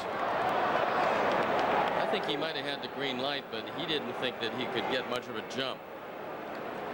Because if you start and stop, that means all your momentum is stopped, and you don't have that good secondary lead leaning towards second. In case you wondered, Matheny has caught 5 of 14 would-be base stealers. 1 ball, 2 strikes. Not going. Ooh, where was that? 2 balls, 2 strikes. Matheny reached back across his body to make that grab on the inner portion of the plate. Now Matheny wants it away. That one's inside, and normally when a catcher has to move the glove a foot or a foot and a half, you're not going to get the benefit of the call. So it's a 2-2 count. Corey's running. Good jump. Ground ball right side. Vina knocks it down. No other play. Now Patterson in a rundown. Corey tried to take third, and he's going to get tagged out. Well, the problem, Chip, once you've gone around and heading to third, you've got to continue to accelerate. That's some terrible base running. He didn't pick up the ball. He didn't pick up the coach. And then, as long as you're halfway, just keep on going. Don't stop, because that allows him to get you in a rundown. It's a bad throw at third base, and Corey is thrown out. Now watch Corey. He doesn't pick up the coach. That's when he stops, and he's just dead. So it's an infield hit for Gonzalez. 4-5-6. The put out of Patterson between second and third. To complicate matters, Corey wasn't able to stay in a rundown long enough to give Gonzalez a chance to think about second base. And so now you have a catcher in the box. A double play escapes this Cardinal defense. Fly ball shallow right. Palmeiro coming on, still coming, cannot get there. He slips and falls, and now the Cubs again first and second with 1 man out. So a blue pit from Miller brings up Kerry Wood. You got 3 straight hits, and so far nothing to show for it. But there's not much you can do about that. If you're Dusty Baker, you're just frustrated. And the guy on this team that's given Woody Williams the biggest problem has yet to be retired. That's Damian Miller. Now Gonzalez does pick up where the ball is. This is pretty good base running. He doesn't know if it's going to be caught, and he stays right there. Wood sacrificed his last time up. In close games, the team that makes the most mistakes is going to lose the game. Comes guilty of a base running blunder here in the 5th inning. 3 hits, 1 out, nothing in.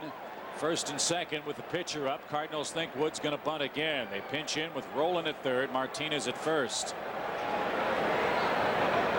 And Kerry is bunting. He deadens that ball beautifully. There'll be only 1 play, and Matheny makes it. Second and third with 2 outs. And we'll see if Bellhorn can provide a 2-out hit. Marcus struck out twice, however, on the day. 2 beautiful bunts from Kerry Wood today. This is a terrific bunt. He's able to make sure that Matheny only has 1 play. hopefully Mark Bellhorn can break out of it. He's been a strikeout victim twice. Once on the overhand curveball in the first inning.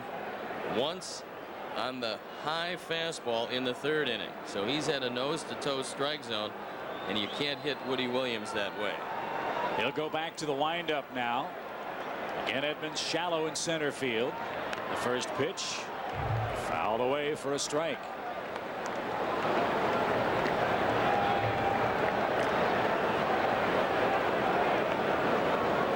Pretty much of a gamble to take the bat out of Kerry Wood's hands, and we'll talk about it now before the fact, because you give up the out, you put the pressure on Mark Bellhorn. If he comes through, it turns to goal. Line right to Martinez. He hit it sharply, and the Cardinals escape with the help of some real bad Cub base running. 3 hits, no runs, and the Redbirds still lead by 1. Southwest Airlines. More than 2,700 nonstop daily flights to 59 destinations all across the country. Maybe this isn't the best time to say it, but I think you're really beautiful. Well, I've always been attracted to you too, Paul. Wait, hold on one sec, babe. Excuse me? Want to get away? Now you can. Fly Southwest Airlines for just $39 to $99 each way when you purchase by May 12th. You are now free to move about the country. The Hyundai Santa Fe, a comparison. More standard features than a Ford Escape XLS, all for over $1,400 less when comparably equipped. And only the Santa Fe is protected by America's best warranty. 10 years, 100,000 miles. Looks like we have a winner.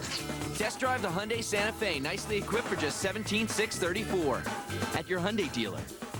Hurry in and get a 2003 Santa Fe with $1,000 cash back through May 31st at your local Hyundai dealer. No one will ever just remember your name. No one will instantly make you their hero. No one will automatically give you respect just because you show up. You have to earn it.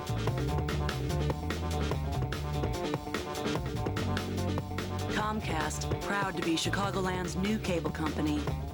Nothing beats fun at the old ballpark, so let the Chicago Cubs make your next corporate or social event a big hit. Choose from our mezzanine suites, the right field group section, the outdoor patio, or the brand new bleacher party area. Call the group sales office at 773-404-CUBS. Well, the Pirates will be in town Wednesday, May 28th, and if you're at the ballpark and you're the first 20,000 at the ballpark, you'll receive a Topps 1971 Glenn Beckert baseball card courtesy of Fisher Nuts. Catch all the action. The Cubs will take on the Pirates at 1:20. There are good tickets available by phone at 1-800-THE-CUBS or online at Cubs.com. After a very frustrating last half inning, Kerry Wood has to buckle down and hold the Cardinals right there. You go right through the heart of the order in the 6th. Man at the plate's the only man that's touched the plate in competition today. Scott Rowland. He hit a home run with 1 out in the 2nd inning. And Woody Williams, with a season-high 7 strikeouts, has made it stand up. Here in the 6th, Rowland, Tino Martinez, and Edgar Renteria. Dusty Baker decided to take the bat out of Kerry Wood's hands and put that 5th inning into the hands of Mark Bellhorn, whose offensive struggles have continued today. Well, he hit the ball hard, but unfortunately it was right at Tino Martinez. There's a strike over the inside corner. That's 5 punch-outs for Kerry Wood. 1 away in the 6th inning. We've talked to Dusty Baker about his strategy from time to time, and he said it's still very much for him an evaluative process as to what his players can do, and even more importantly, what they can't do. He's still trying to figure out, this of course being Bellhorn's first game this year in the leadoff spot, how he's going to handle that, what his personnel can do with 2 outs. He still doesn't have a full picture yet. Well, that's important, Chip, because you can be in that visitor's dugout all you want and look across at the other team and observe them, whether you're in their division or not. Depends on 12 games, sometimes 6 games, sometimes 18 games. But you can't tell near as much about your team until you've seen them on a day-to-day basis, in a situational basis, and this still is a learning curve for Dusty Baker, but he's a quick study. 1 ball, 2 strikes now to the Cardinal first baseman Tino Martinez, who caught that sinking line drive off of Bellhorn's bat a minute ago. That's why I believe if the Cubs can stay afloat through that 2-week road trip, they will be a much better team as we move into this season. That's right down the middle, and Martinez is frozen. Wood struck out 3 in a row and 6 in total, and now Tino barks. I don't know why the Cardinals are complaining. The strike zone's been the same for everybody all day long. Well, you got Woody Williams, who is not a strikeout pitcher, with a season high in strikeouts. So when you complain on this one, that's a problem. It's a breaking ball. Bruce Fleming said it had the outside corner. Certainly with 2 strikes, it was close enough. And 2 up, 2 strikeouts. And now a tough hitter. Renteria has a base hit. And he missed a 97-mile-an-hour fastball. No balls and a strike. First final is in. Montreal beats the Dodgers 6-5 today. Big comeback for the Expos. A lot of people like to talk about the third base problems for the Cubs. This team will go as far as Sammy Sosa and Moises Alou will take them in the middle of that order. And there are people who say, well, you guys are singling out 2 players in the lineup. That's not the case. 1 ball, 2 strikes now. With superstardom comes accountability. And when stars drive in runs, everybody talks about how well the offense is playing. When the stars aren't driving in runs, the offense sputters. You got to talk about that too. And then you have to win with execution. And as we have seen time and time again, the Cubs are not the best base running team in the league. And with the defense down near the bottom in the National League, it becomes very difficult, even with at times overwhelming pitching, to consistently win close games. That being said, they've been in both of these games and they trail by 1 today. 2-2, and Renteria keeps the at-bat in the inning alive. Looking ahead to the 6th inning for the Cubs. Gonzalez, O'Leary, and Alou. 2, 3, and 4 in the lineup card will go. Give you an idea, Chip. This Cardinal team is fanned 183 times coming into today. The Cubs 272. A vast difference when you consistently put the ball in play. Like that. Ground ball to the shortstop, though, and Alex will take care of Edgar Renteria. 6th inning in the books. Still 1-0 Cardinals.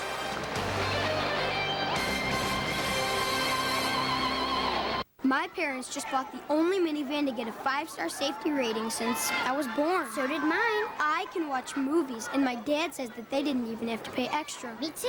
Mom pushes a button, and the doors open like magic, and it beeps when she can't see my bike. Ours does that. My dad said that we have a choice of 0% or Ford would match our down payment up to $1,000 for a total of $5,000 down. Us too. Our new minivan is a Ford Windstar. So is ours. If you haven't looked at Ford lately, look again. Their parents did. Prepare for a slugfest. The White Sox mighty lineup can hit with the best of them. But Ichiro sparks a Mariners attack that can score at will. White Sox, Mariners, tomorrow at 2:30 on Fox Sports Net. Come see why Castle Buick Pontiac GMC has been Chicagoland's first choice for over 22 years. Rain, snow, or shine, shop indoors in our 35,000 square foot showroom. Choose from over 500 new and used vehicles in stock. And always get the best service and the best prices right up front. Come see how car shopping should be. And don't forget, before you buy, come see the Castle guy. Before you buy, see the Castle guy. Castle Buick Pontiac GMC. Need to blend in? Get smart. Get supplied. You need camouflage. Get yours at Military and Police Supply. We have camouflage of all forms, colors, and shades, and for all occasions. Shopping to be invisible is fun. Our merchandise fits the big boys and small fry. And don't leave without buying a t-shirt. We have racks of them. Finding a keeper won't take long. Located at 7351 West Madison and Forest Park, minutes from the Eisenhower, from the city or suburbs. Dial 312 surplus for weekly specials and closeout. Supply and authority for over 25 great years. Military and Police Supply. Thanks for the business. Show period. Weeknights on Fox Sports Net. After our game, it's Fifth Third Bank Cubs Post. All the highlights and analysis of our game today. Mitch Robinson and Dave Alou will be standing by with the Fifth Third Bank Cubs Post right after Game 2 of the series on Fox Sports Net. Well, let's see if Gonzalez can get something going for the Cubs. He is 0 for 2 today, 0 for 6 in the series. He'll lead off. Troy O'Leary will hit next, then Moises Alou. 1-0 St. Louis on a Scott Rowland home run. That's been it.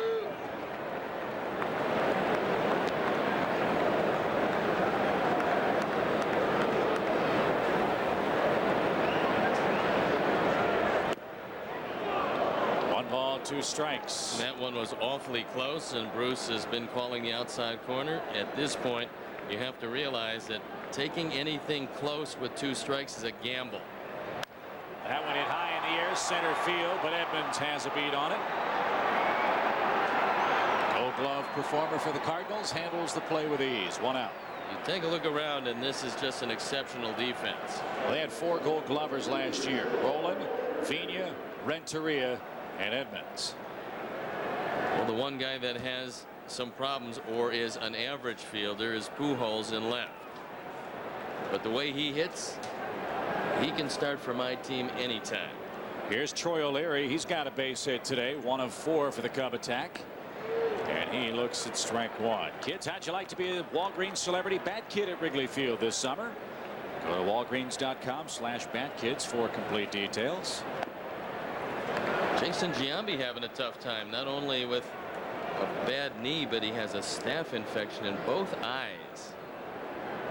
Wow, that's a tough go. 1 ball, 1 strike. Cue ball shot out of play, 1-2. Boy, Williams is just getting the ball and throwing it just like Matt Morris yesterday. You know, again, that's the fun thing about baseball. You can sit back and second guess the manager all you want. Sometimes you just have to tip your cap, and Matt Morris was awfully tough for the St. Louis team in Friday's series opener. Well, another factor, Chip, this is a real good defense, and it's being benefited by pitchers who get the ball and work quickly because the defense always stays on its toes. If you know the ball is going to be put in play, you know a guy is always around the plate, you can't get back on your heels. When you do that, that's when defensive mistakes happen.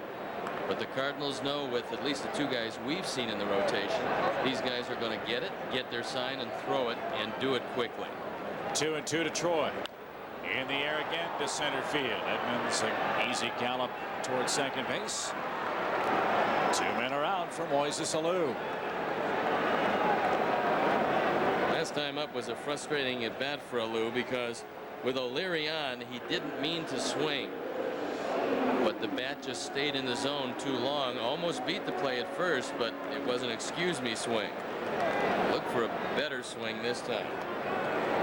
Alou homered yesterday. One of those here would tie it up.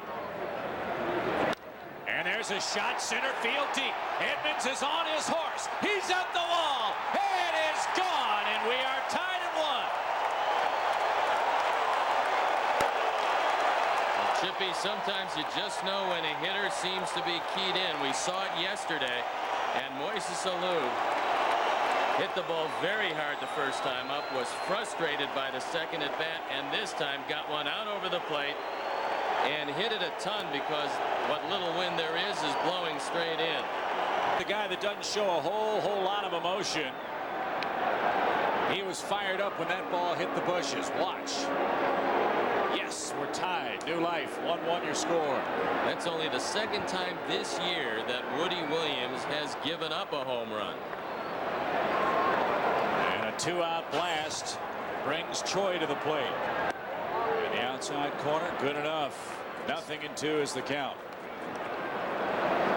He's been getting Hesop out of the strike zone all day, taking advantage of a young man's enthusiasm.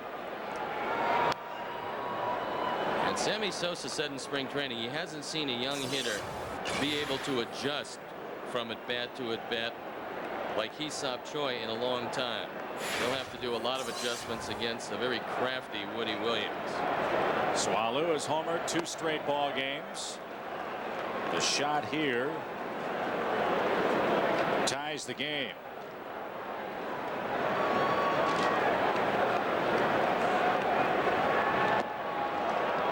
Well, it would be almost a shame to waste an outstanding pitching performance by Kerry Wood, who's had some trouble today, but by and large has thrown the ball very well. 2-2. And that retires Choi. So a 2-out solo home run for Alou, who's had had a very good run of it. 7 hits in his last 4 games for the Cub left fielder.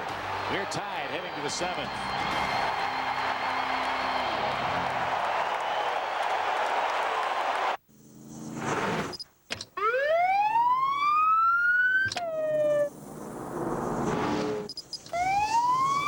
Come on, let's get this guy. It's got to be over 100 degrees out there. Do you have any idea what that does to an engine?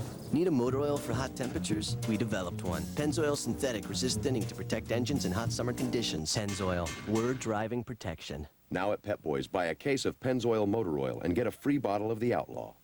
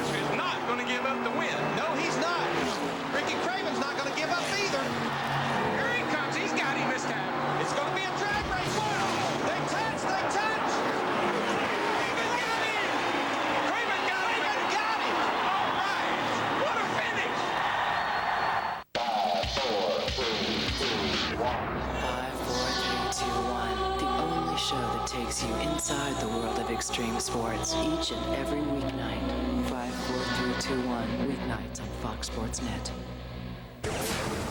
Well, we can sum up our ball game today, Steve, very simply. Outstanding pitching and 2 home runs have provided the offense. There's the second of the 2. That mixed in with a little bad base running. He has tied this game at 1. Bottom part of the order, and then back to the top with Vina. Another big inning for Kerry Wood in a 1-1 game. Cardinals have left 6 men on base on the day today. Remember, they had them loaded in the 3rd inning, and Edmonds flied out. They stranded a pair in the 4th inning. And that's been it for the Cardinal offense. Woods retired 4 men in succession. He struck out 6 today, gunning for his 50th career win. No chance for Matheny on that one. 1-2 your count. Matheny only has 1 lifetime hit against Kerry Wood. It came last time up, and that's because Kerry fell behind 3-1 and threw him the fastball he knew had to be coming. His spot now due up 4th in the bottom of the 7th inning, and as you saw, his pitch count starting to mount. He's closing in on 120. You would think that if it got down to Kerry Wood in the 7th inning, that would be it. But first things first, he's got to get through this. And you've got a very good hitting pitcher in Woody Williams and no activity in the pen, so he's going to hit.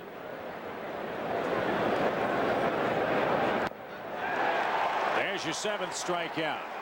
Dusty Baker a couple of days ago mentioned his desire to see his starters give him more innings, get deeper in the game, and the reason for that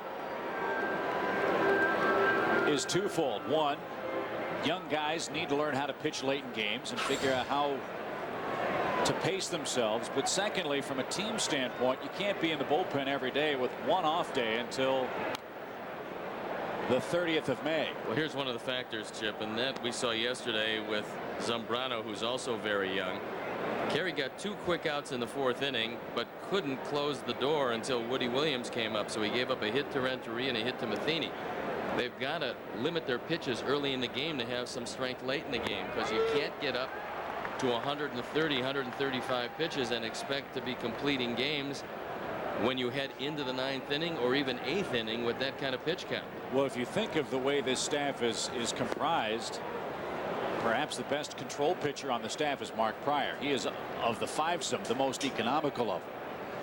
When you think of Clement, power guy, throws a lot of pitches out of the strike zone, sometimes gets the calls, sometimes doesn't. Same thing for Kerry Wood. Sean Estes has been 3 real good starts, 3 not so good. So these are not guys that are going to have the pinpoint command that Woody Williams are. Consequently, their pitch counts are going to be up. Well, they are consistently power pitchers. And Woody probably is 1 slider away from getting out of this at bat. But not that kind of slider. And of course, Pat Hughes has joined us here in the booth. He will be the guest conductor of the 7th inning stretch and take me out to the ball game. He's left Ronnie to fend for himself over in radio. 2-2. Pat needs the break. Back out of play off the bat of Woody Williams. 1-1 is our score. Another great Cardinal Cub weekend here at Wrigley Field. Not a seat to be had. Beautiful blue skies overhead.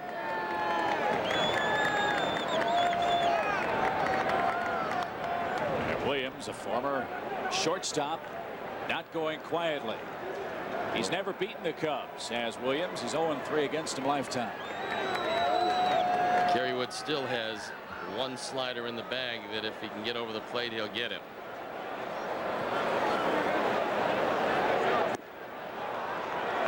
As Dizzy Dean used to say, that one slugged too far away. There's Ron Santo.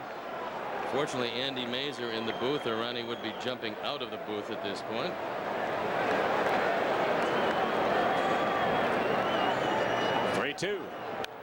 High pop out of play. Well, let's hope it's a nice long inning. Ronnie hasn't been working on his play-by-play much in these last few years. No, and I think he needs some practice. He's got that in the bag. He's got all kinds of tricks. Some he hasn't shown yet. Take a look at the concentration on the face of Ron Santo.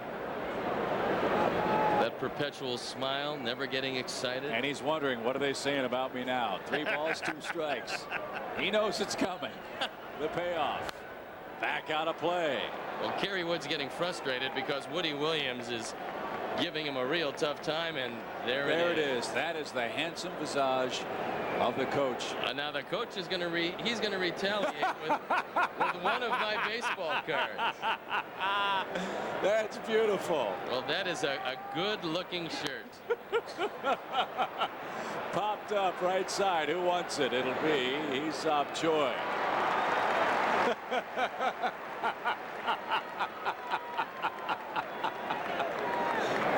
Well, you know, well, that certainly is not me, but if Ronnie had worn that uniform a little bit longer, things would have worked out for him. That was the purple of the White Sox. Bill Veck's wife designed those uniforms. She was a wonderful woman. But sartorially, we could have looked a little better than that look. I was going to say, she and Donna Karen must not have gone to the same design school as the coach has his revenge. That's beautiful. You notice Ronnie's not wearing that shirt, though. I guess no, that's a telling story. He grew out of that about 4 years ago. So that's an extra medium? Yes. Here's Vigna. 2 outs in this 7th inning. And Kerry blazing away. Now the bullpen is up. You've got Farnsworth and Guthrie. Well, you don't want to put Fernando Vigna in a situation where he can pull the ball because they're playing him as an opposite field hitter. 1 ball, 1 strike. I think Pat's done a smart thing too. He's brought a chorus with him to help him sing "Take Me Out to the Ball Game." He's got some family help. And he's also moved out of the booth as Ron Santo has viciously attacked me by showing me the past. He's impugned your integrity. No, I take full responsibility. That was the look back then in 1942. Of course, remember, those were the war years. That's true. That is very true. Material was hard to come by, and so is taste. He can say all he wants about the hair. At least it's yours. 1-2 count. Swing, and it's out of play, foul. And Vigna will stay alive. For the moment. Yeah, well, that's true. A few more games like this, and you never know. I understand perfectly. Well, Kerry has got to get out of this inning. Then we'll turn it over to Pat Hughes, and the Cubs will turn it over to their offense in the bottom of the 7th. And I got to believe this would be it for Kerry because he's thrown a whopping amount of pitches. He's got to be around 130, maybe more than that. Popped back to the screen. Vigna with a 1-2 count again. We saw Vigna last night, dining at Harry Carey's. He refused the bad clams I sent over to the table. And he has still come up with a double today. He has been a pest for the Cubs over the years. He's gotten bigger, too. He couldn't check his swing, I don't think. You got to appeal that. Oh, they say he didn't go. Cubs wanted that call. Won't get it. And it's a 2-2 count to Vigna. We'll take another look at it, I believe, and we'll see what Mike Winters saw. It's the slider. Now that's flip a coin. Pat Hughes, of course, wants the swing. Unfortunately, the deciding vote to Mike Winters. 2-2.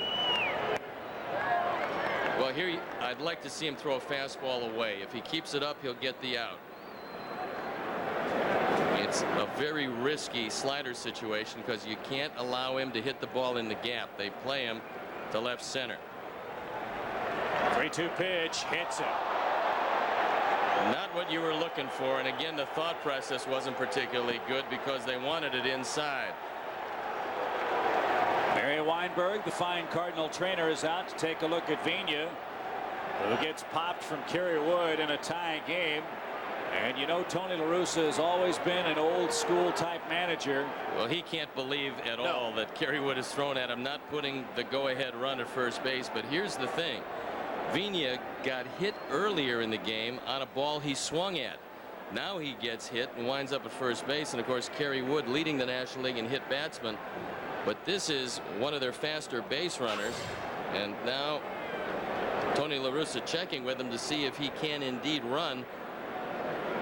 But he got hit in the left knee the first time after he swung. That one hit him on the right shin above the ankle. So Vigna hobbling down to first base. We'll see if he's going to be able to continue, much less try to run here in the 7th inning for St. Louis. And Kerry has hit his 8th man of the year, far and away leading the staff in that department. And now you wonder, like so many pretty decent base runners, after they get hit, they want to make you pay the price, and they will try to steal second base. You've got a guy up in Palmeiro that doesn't have great power. The wind is freshening up and blowing straight in. Odds are he's not going to hit it out of the ballpark. So the Cubs have to beware of Vigna, who's been successful 60% of the time on steals, but he's only swiped 3 bags. Palmeiro 0 for 2. Tie game at 1. Guthrie now the only man throwing in the Cub pen.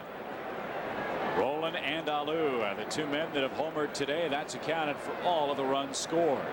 Vigna leads, doesn't go, and Wood way high and away. Kerry Wood has to get back to thinking about his mechanics and keeping the front side in. You've got to stay closed. You're getting tired. The tendency is to fly open to try to get more on the fastball, and you leave everything up and away to the left-handers.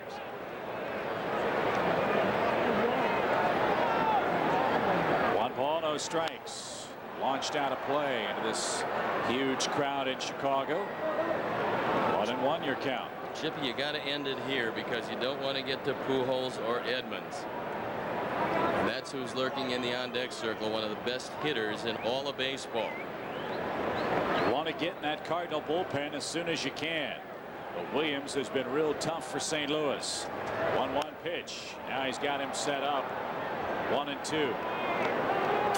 He did strike him out in the first inning, and it was his first look at that wonderful Wood slider. Now he's somewhat lost the release point, but I would say it's a pretty good idea here.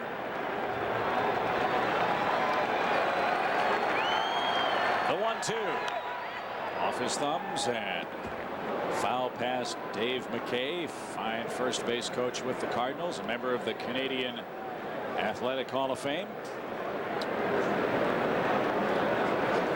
This year, the previous high in pitches was 124. Now he's at the 140 pitch mark.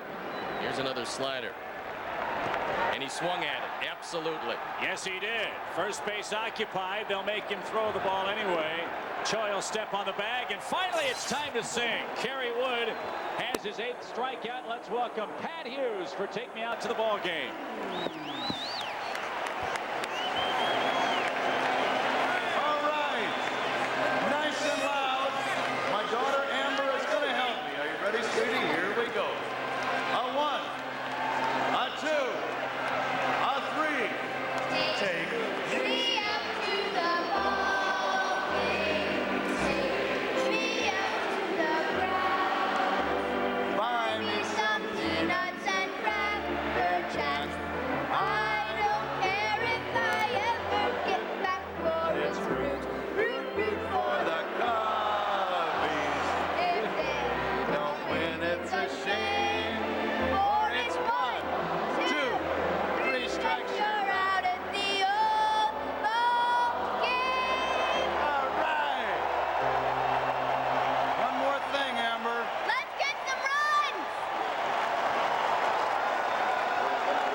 Grace.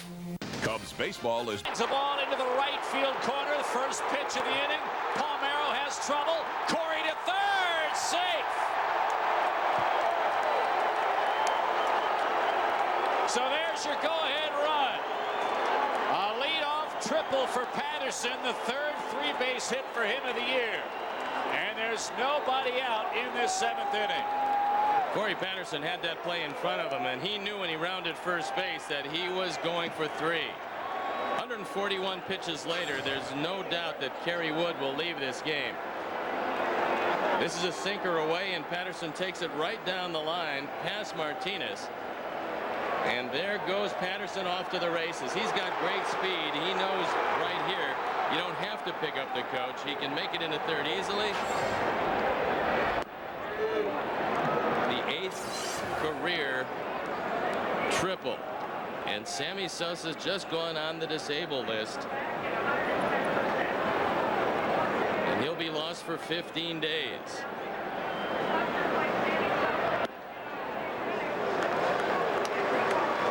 Cubs have recalled Todd Wellmeyer from Iowa to take Buster Sosa's spot. He's had chronic irritation of the nail on his right big toe. It hasn't responded to treatment, and there's a line drive into right field. Ball drop. It will. Cubs have the lead. Mark Gonzalez with a big base hit scores Patterson. And Mark in double digits in RBIs. Good piece of hitting by Gonzalez, who knew that with the infield in, all you have to do is make a little contact. That ball floated into right field. He expands his strike zone. But Vina was very close at second. No chance for Palmeiro to get this one, and the Cubs have the lead. 2-1. Here is Damian Miller. He's walked and singled. Surprised, Steve, that the Cubs bring up another pitcher?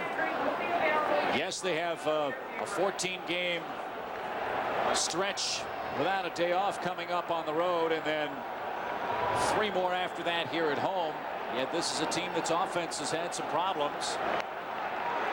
They bring up a pitcher instead. Miller with a perfect bunt. To second goes Gonzalez with 1 out. The Cubs will go to the bench with Lenny Harris. But Chip, I don't think they feel that they have any hitters quite ready to step into this pressure cooker. And so they will bring up another pitcher, and they will have a long stretch with no off days. They figure with Goodwin and O'Leary, they have coverage in the outfield. And right now, good execution on the part of the Cubs. Damian Miller continues a perfect day with a good sacrifice, and that's a huge insurance run at second. But watch the pickoff play. Harris with 3 RBIs. Williams delivers a strike. Kerry Wood, 7 innings, 4 hits, 1 earned run, 3 walks, 8 strikeouts. He hit a man and gave up a home run. He's in line to be the 3rd 5-game winner in the National League. He would join Moss and Millwood. What a job by Kerry Wood today. He picked out of some terrific jams. Gave up the home run to Roland, and that was it. So Harris here in the 7th inning. Looks to put the Cubs in front. Nobody up in the Cardinal pen. This is Woody Williams' game.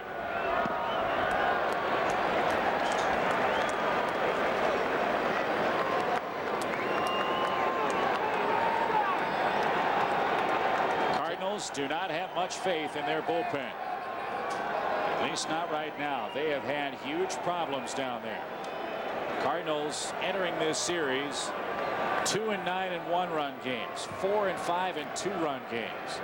Their pen had blown 9 of 14 save chances. And a soft fly ball shallow left. Long run Renteria. Longer run Pujols.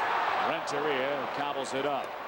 2 outs. Bellhorn will hit with Gonzalez at second. Antonio Alfonseca will come into the game to protect at least a 1-run lead. Bellhorn hit the ball hard last time with runners at second and third, only to line out to Tino Martinez. And in his first start at the top of the batting order where he excelled last year. He's 0 for 3 today.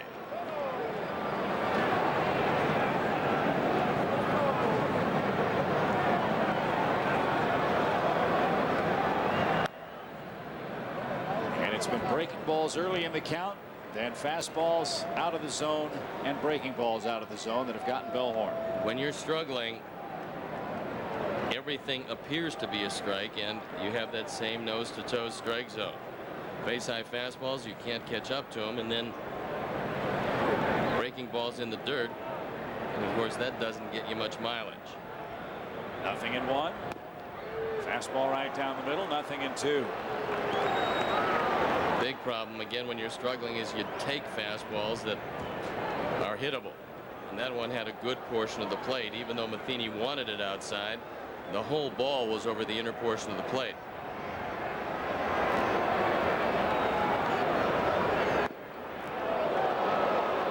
It is flip a coin on that outside corner. That one though well off the plate. Mark took it wisely. 1 ball 2 strikes. Cardinals will send Pujols, Edmonds and Rolen to the plate in the 8th inning. 1-run game. Cubs lead it 2-1. A triple and a single leading off the 7th inning.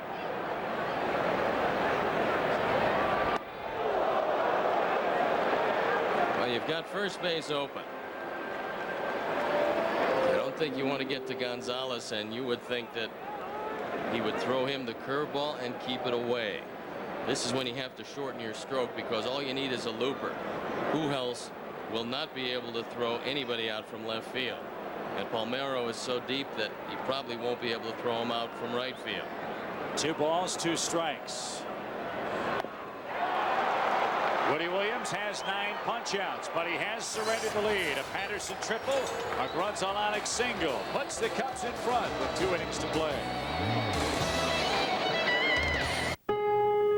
Out 8 in 7 innings, and Steve threw 141 pitches. That's a career high. The question won't be today when he was brilliant. It's what will he have next time out. Kerry Wood had very good stuff today, and now it's up to Antonio Alfonseca after we show you our Pennzoil protection play. Alfonseca with a first pitch strike to Albert Pujols. Alfonseca had some problems yesterday. Pitched 2/3 of an inning, gave up a couple of hits, but Guthrie bailed him out.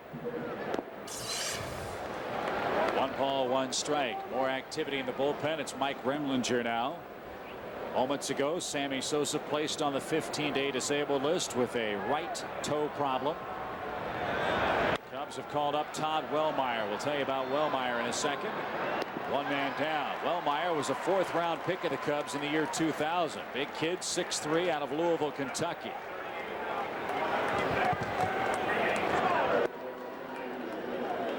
Well, one of the things you wonder about here is with a 1-run lead, it's late. Thinking about the defense and Ramon Martinez. Still have Bellhorn at 3rd, and he ended the last inning. Jim Evans is 0 for 3 today. He entered this series in a 1 for 14 slump. 1 hop shot to short. Easy pickup, perfect throw. Edmonds 0 for 4. You keep him down, that helps you go a long way toward beating St. Louis. 2 away for Rolen. And every time they've gotten him out, it's been the same spot, and then has been away. And they've pounded him out there.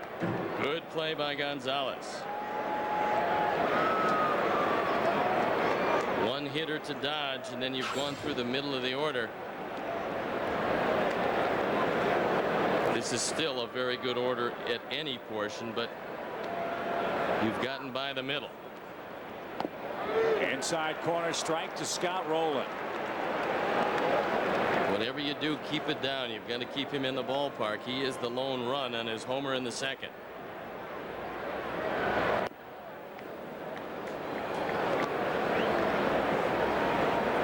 Joe Borowski and Mike Remlinger throwing in the pen. Popped up left side. Will it stay in play? Bellhorn goes out. Gonzalez goes out. Mark should have a play. He does. Alfonseca gets him 1, 2, 3 in the 8th inning. Cubs look for some insurance, leading 2-1.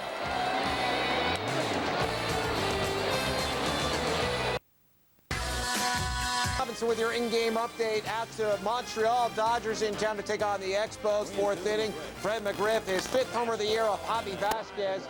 But Montreal would score 4 in the 7th and go on to win it by a final of 6-5. Looking for a win here, Chip and Steve.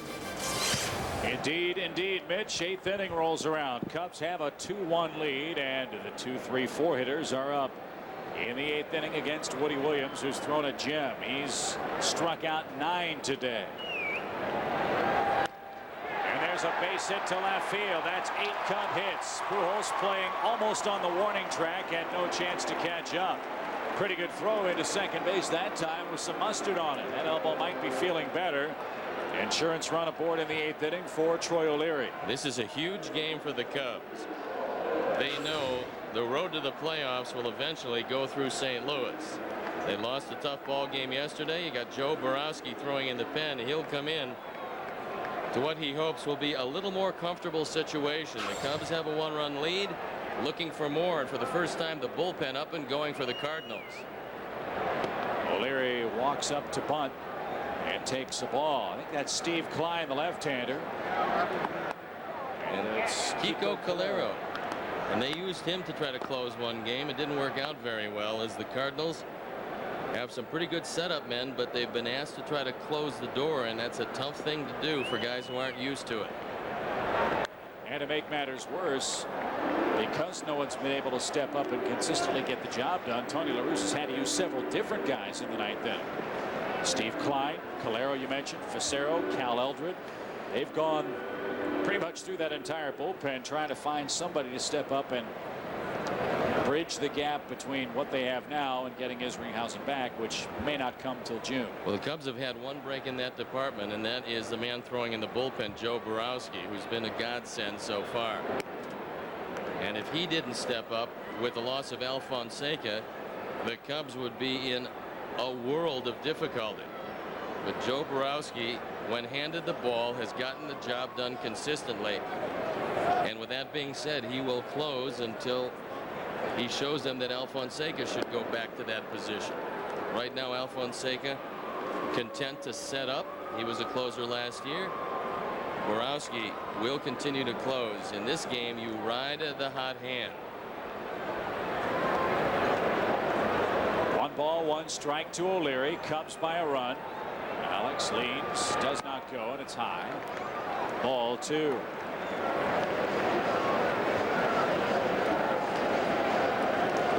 Looking ahead to the Cardinal 9th.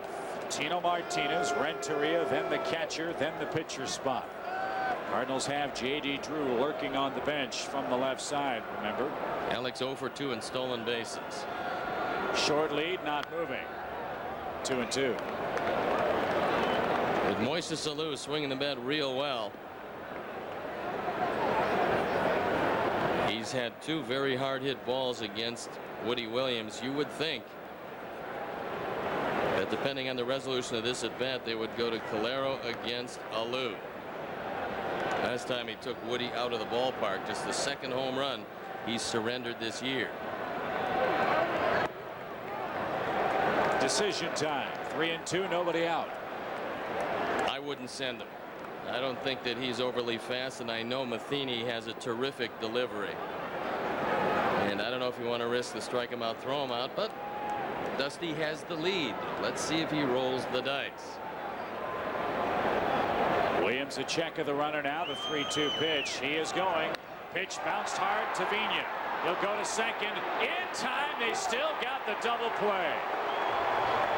Even with the runner going and a rocket hit to Vigna, they turn the double play to erase the 8th inning bases.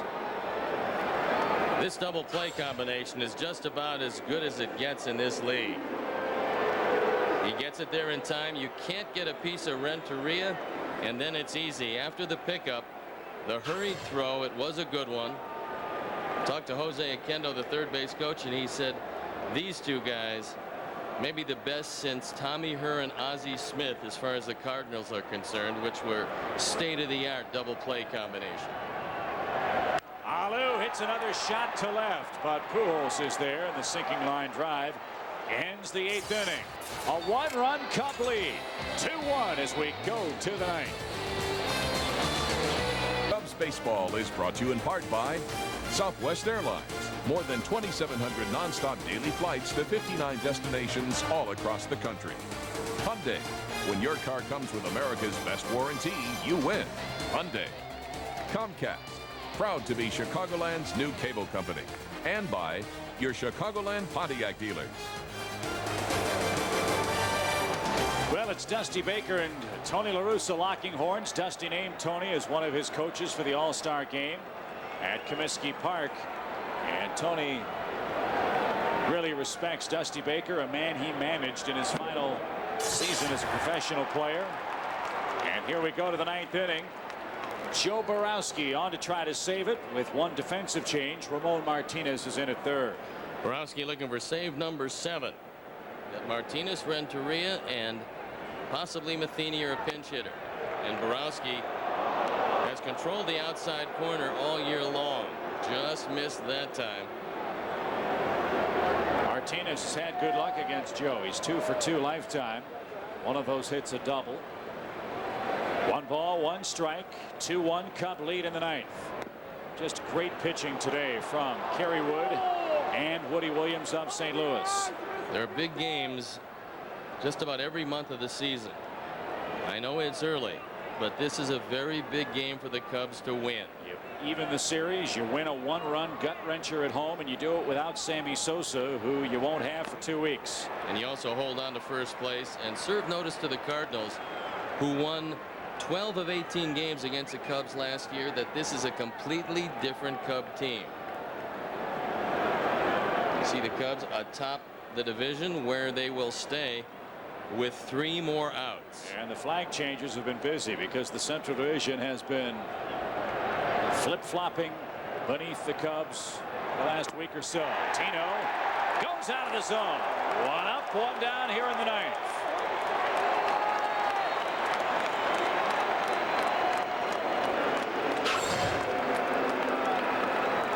Well, this was what was supposed to be a backdoor slider, but when you're going good, you can throw it in a bad spot and still get away. You have to keep your eye on Renteria, and he will bunt. So Ramon Martinez into the game is a step in front of the bag at third. Renteria 1 for 3. Paints the corner. Joe's got to know, watching the game today, that the outside corner has been open all day long for both pitching staffs. Bruce Fremming's had a fine game back there today. Renteria having a renaissance year as far as power and runs batted in. He's among the league leaders with 30 runs batted in. That from the 7th spot. And he's hit 5 home runs already. Had 11 all of last year. 2 balls and a strike. Mets beat San Diego today 4-2. Montreal over the Dodgers 6-5. The only other game in progress, the Yankees are in Oakland. That one 0-0 at the end of 2 innings of play. J.D. Drew in the on-deck circle. Did he go? No. Now it's a 3-1 count to Renteria, and this at bat changes dramatically. That was a pretty good pitch in a good spot, but the Cubs didn't get the benefit of the call.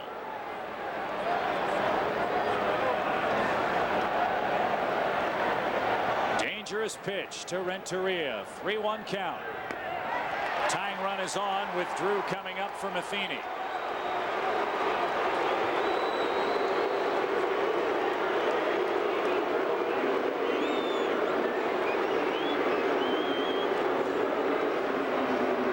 Pretty smart base runner at first base, and Edgar Renteria, he carries with him the tying run.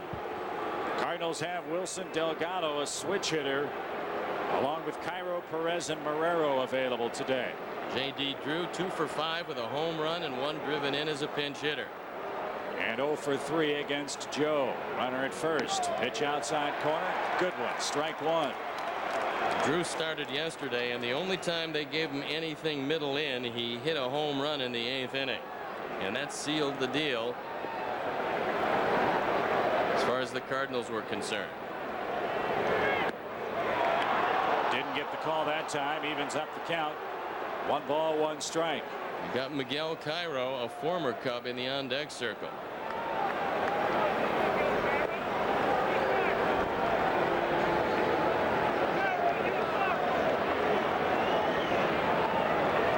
Runner is going. The pitch is a strike. The throw to second. Not in time. You can't allow the man at first base to get a walking lead, and that's what happened. Joe Borowski has got to make sure that Renteria is stationary. Renteria got a walking lead at first and stole the base. Watch him. A huge jump. It's not a bad throw, although it skips, but there is nothing Gonzalez can do. That one was stolen on Borowski. And again, that's the tying run. But Drew down to his final strike. 1 ball, 2 strikes, your count. 1 on, 1 out in the top of the 9th. That backdoor slider that Borowski throws so well is a good pitch here, because Bruce Fleming has given the outside corner. Left-hand hitters give up on it, and you might be able to get the called third.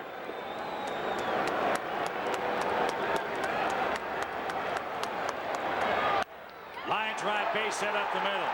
Renteria around third. Corey up and throwing.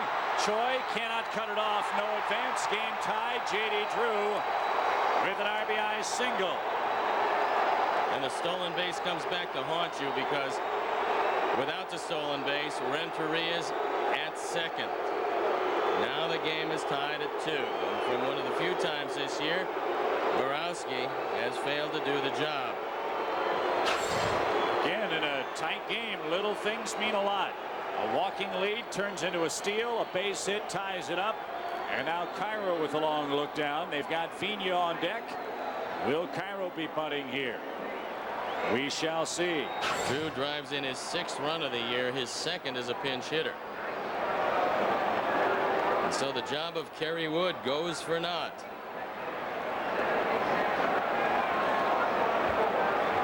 So it's 2-2 in the 9th.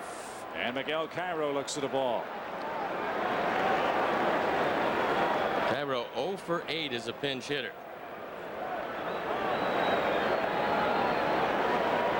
So Woody Williams, 8 hits in 8 innings, 2 runs, both earned, 1 walk, 9 strikeouts, season high. He could win it if the Cardinals take the lead here in the 9th inning. But alas, Tony La Russa has to go into that bullpen. And that is why, at least one of the reasons why, the Cardinals are 0-10 trailing late. Cal Eldred, the veteran, up. Cairo in the box. Runner goes again. Another big jump. That one bounces away from Damian Miller. And another hit could give the Cardinals the lead. That slider in the dirt. And if you're going to close, one of the things you have to do is speed up the motion to the plate. Believe me, the Cardinals have a stopwatch on Borowski. They know it's a fairly long, slow delivery, and it goes as a stolen base. Originally a wild pitch, but the runner was moving on the play, so Bob Rosenberg makes the proper call. 2 steals in the 9th inning as the Cardinals in position now. And this was from a team that doesn't run very often, but they picked up something on Borowski, that he was a little slow to home plate.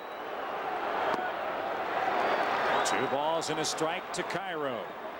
Remlinger loosening up, and he's undoubtedly getting loosened up for Vina, who's in the on-deck circle. Cairo looking for his first pinch hit of the year. He's 0 for 8. And it's 2-2. This would be, as we talked about it earlier, a huge win for the Cubs. It would be a devastating loss if they let this one get away in the 9th. Also gives St. Louis the division lead and a series win. 2 balls, 2 strikes.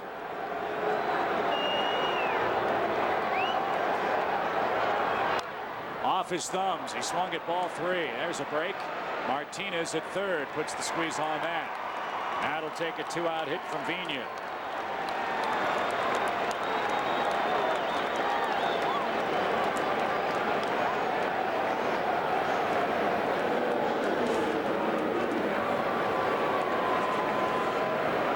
Choi, Patterson, and Grzelcyk to hit in the Cub half of the 9th inning. The only question is, will they hit with a score tied or with the Cubs behind? Vina 1 for 3 against Borowski. With a double. He's been on base twice. With a double in the third, he was hit by a pitch in the seventh.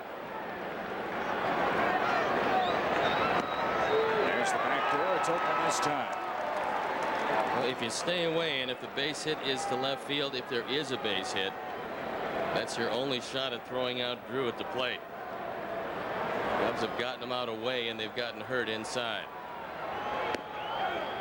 Too far away. 1 ball, 1 strike. It'll be Eldred to work the 9th inning with Choi, Patterson, and Mark Gonzalez due up for the Cubs. 2-2 game. St. Louis strikes gold in the 9th. Well, you've got to like your chances if you can get out of this inning with the score tied. You've got a guy who's been a lifetime starter coming out of the bullpen to work 1, possibly more innings. That's a difficult task. 1-2. Ground ball to Ramon. He'll make the long throw across. Choi stretches out, and the side is retired.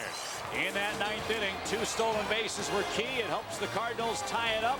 Last at bat for the Cubs. 2-2 your score.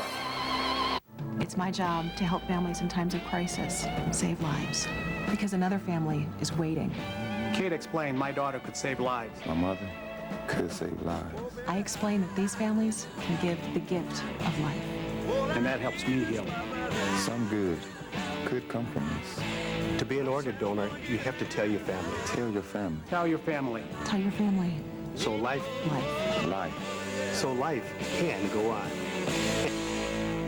Your car deserves the best. Your car deserves a Danley. Always the best materials. Always the best craftsman. Always the best price. Right now, get a new Danley Garage from just $75 a month. From just $75 a month at Danley's Garage World. Plus, if you call right now, you'll get $1,000 off the Danley Garage of your choice. That's $1,000 off if you call now. Dial 773-GARAGES. That's 773-GARAGES. For $1,000 off. And financing as low as $75 a month. For the world's best custom-built Danley Garage. Danley's Garage World. Depend on Danley. Introducing Rain-X Car Wax.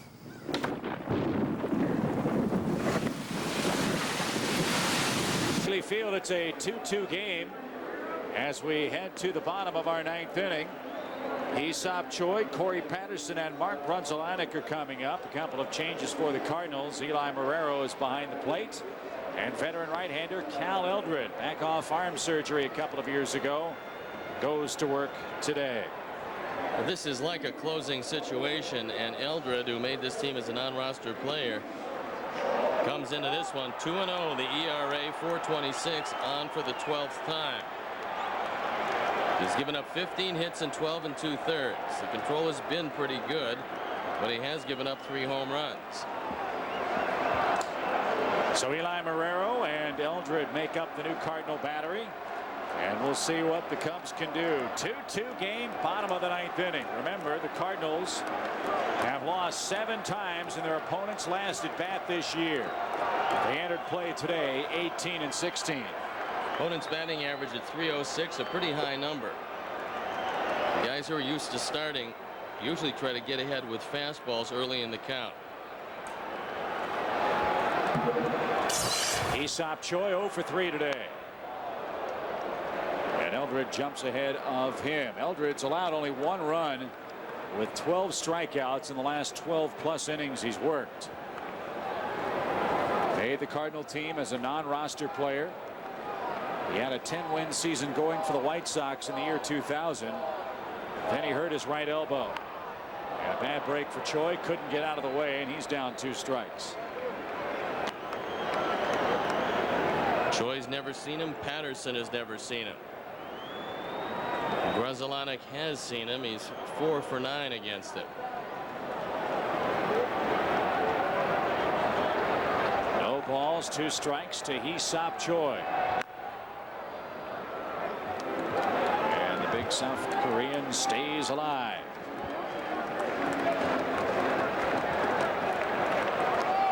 Matt Clement and Brett Tomko will go tomorrow. The only question, will it be the rubber game, or will the Cardinals be going for a sweep? 0-2. 1 ball, 2 strikes. Later on, Arizona takes on the Pirates. Houston visits the Phillies. The Rockies head to Florida. Giants and Braves play in Atlanta.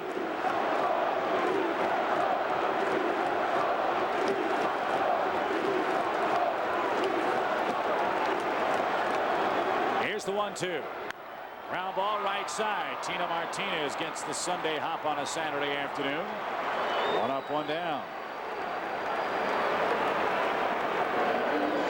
Eldred had some very good years for Milwaukee. That's when the arm was sound and he was a pretty dominating pitcher at times. 8 complete games and a 16-16 record in 1993.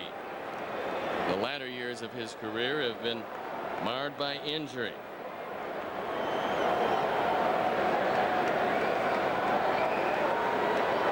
Corey Patterson, another 2-hit game today. He's up to 318. His leadoff triple in the 7th led to the second and final and go-ahead come run. Mike Remlinger throwing in the bullpen. 1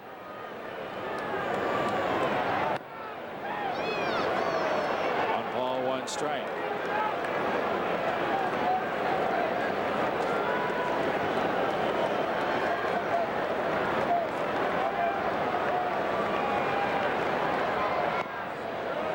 Way outside. Gonzalez waiting on deck. Cubs will take a walk. Patterson, the fastest base runner on this team. Well, you'd like to see him get on because Eldred also has a long, slow delivery.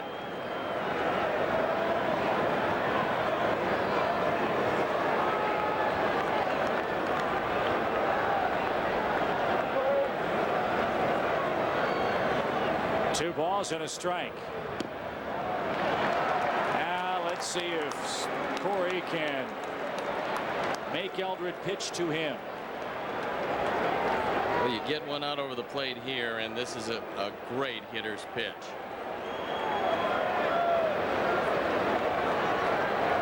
Three and one. Nearly hit it. Winning run on with 1 out in the 9th. Right now, what Corey has got to do, because he's never seen the move of Eldred. Now, Gene Kleins is going to tell him about it, but you get what's called a one-way lead. You get as big a lead as you can get with only one thought, that's getting back to first base. You want him to show you his best move, and then you can judge on that. That's the winning run at first base and the Cubs' fastest base runner. Marrero looking over in the dugout, not quite as adept as Matheny is throwing out base runners. Corey a very big lead, and he was leaning. Well, that's exactly what you want him to do. Get a real big lead, force him to show you his best move. And Gonzalez has really hurt Eldred. Ball's hitting the gap. The game might end with Patterson's speed at first. Gonzalez 2 hits today. Corey is going. Spun his wheels a bit. The Marrero throw is on the money. And Corey, did he come off the bag? Yes, he did. This has been a terrible base running day for Corey Patterson. He beat the play, and he came off the bag. He was cut down in a rundown between second and third. Yes, he is the reason why the Cubs have 2 runs, but that play right there is a backbreaker. Watch it again. He can't hook the bag. He beats the play, and wisely Renteria, who's a very smart player, puts the tag on him. Corey thought he got the hand in on the corner of the bag, but when you overslide like that and the man's waiting with the glove, it's awfully tough to call you safe. Look at Renteria. Wisely sees he's over, and there's the tag on the arm. Yeah, clearly he's out before he got it. Good call by Ron Culpa, and a base hit perhaps into center field is forthcoming. That is a backbreaker. So a 2-strike hit for Gonzalez. Cubs are still alive in the 9th inning, but base running continues to escape the Cubs fundamentally this year. Well, he quite obviously has them, and if you're going to be in close games and you're not able to run the bases, it's going to be tough for you to win.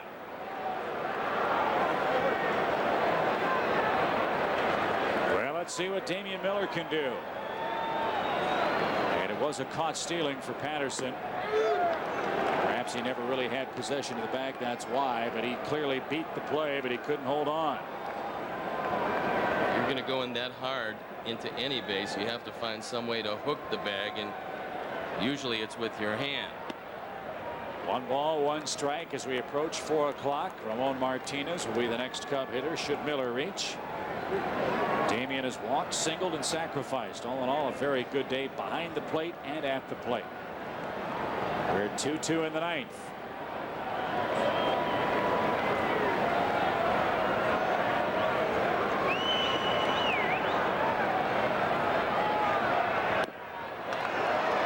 One ball, 2 strikes.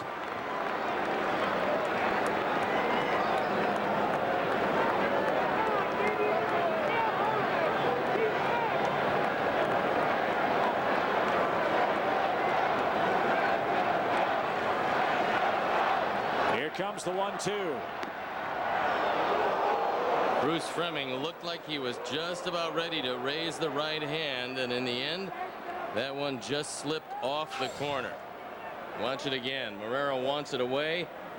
It's there, but benefit of the call goes to Miller. Deuce is wild. Nice block by Marrero, so off to the races will be Mark Gonzalez here. 3-2, 2 outs. 2-2, bottom of the 9th inning. 2, 3, 4 hitters due for the Cardinals in the 10th. Let's say hello to them tomorrow. Well, the advantage here, Gonzalez will be running, but he has to make sure that Eldred delivers the ball home. 3-2, there he goes. The pitch is a ball high. So 2 walks, a base hit, and now Martinez a chance to be the hero. Folks, a lot of excitement coming up at the ballpark all summer long. If you're planning a group outing and have a group of 20 friends or more, Wrigley Field's the perfect setting for corporate, family, or social outings. Great seats are available. Make plans now. Make sure you ask about special discounts for groups of 50 or more. For group ticket information, call 773-404-CUBS. Dave Duncan coming out. He wants to make sure that Eldred has the scouting report on Ramon Martinez.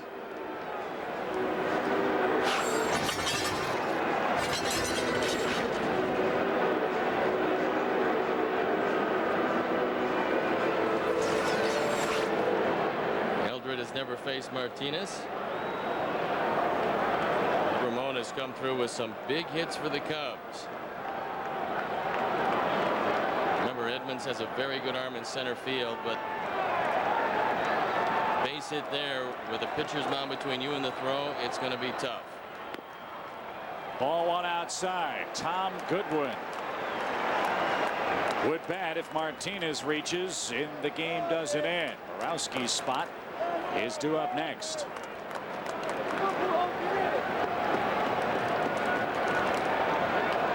One ball, no strikes. 2 outs in the 9th.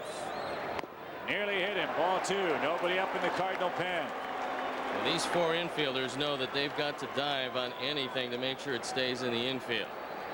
If you're in the outfield on a base hit, you come get it aggressively, and that's the winning run, so there's nothing to hold back.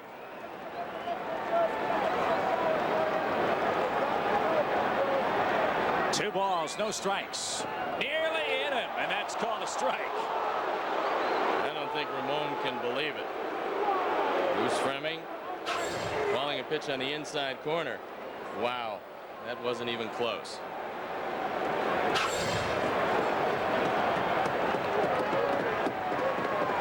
Two and one. Line drive right field, but Palmeiro is there, battles the sun, puts it away, and the Cardinals live to see the 10th inning. 2-2 our score.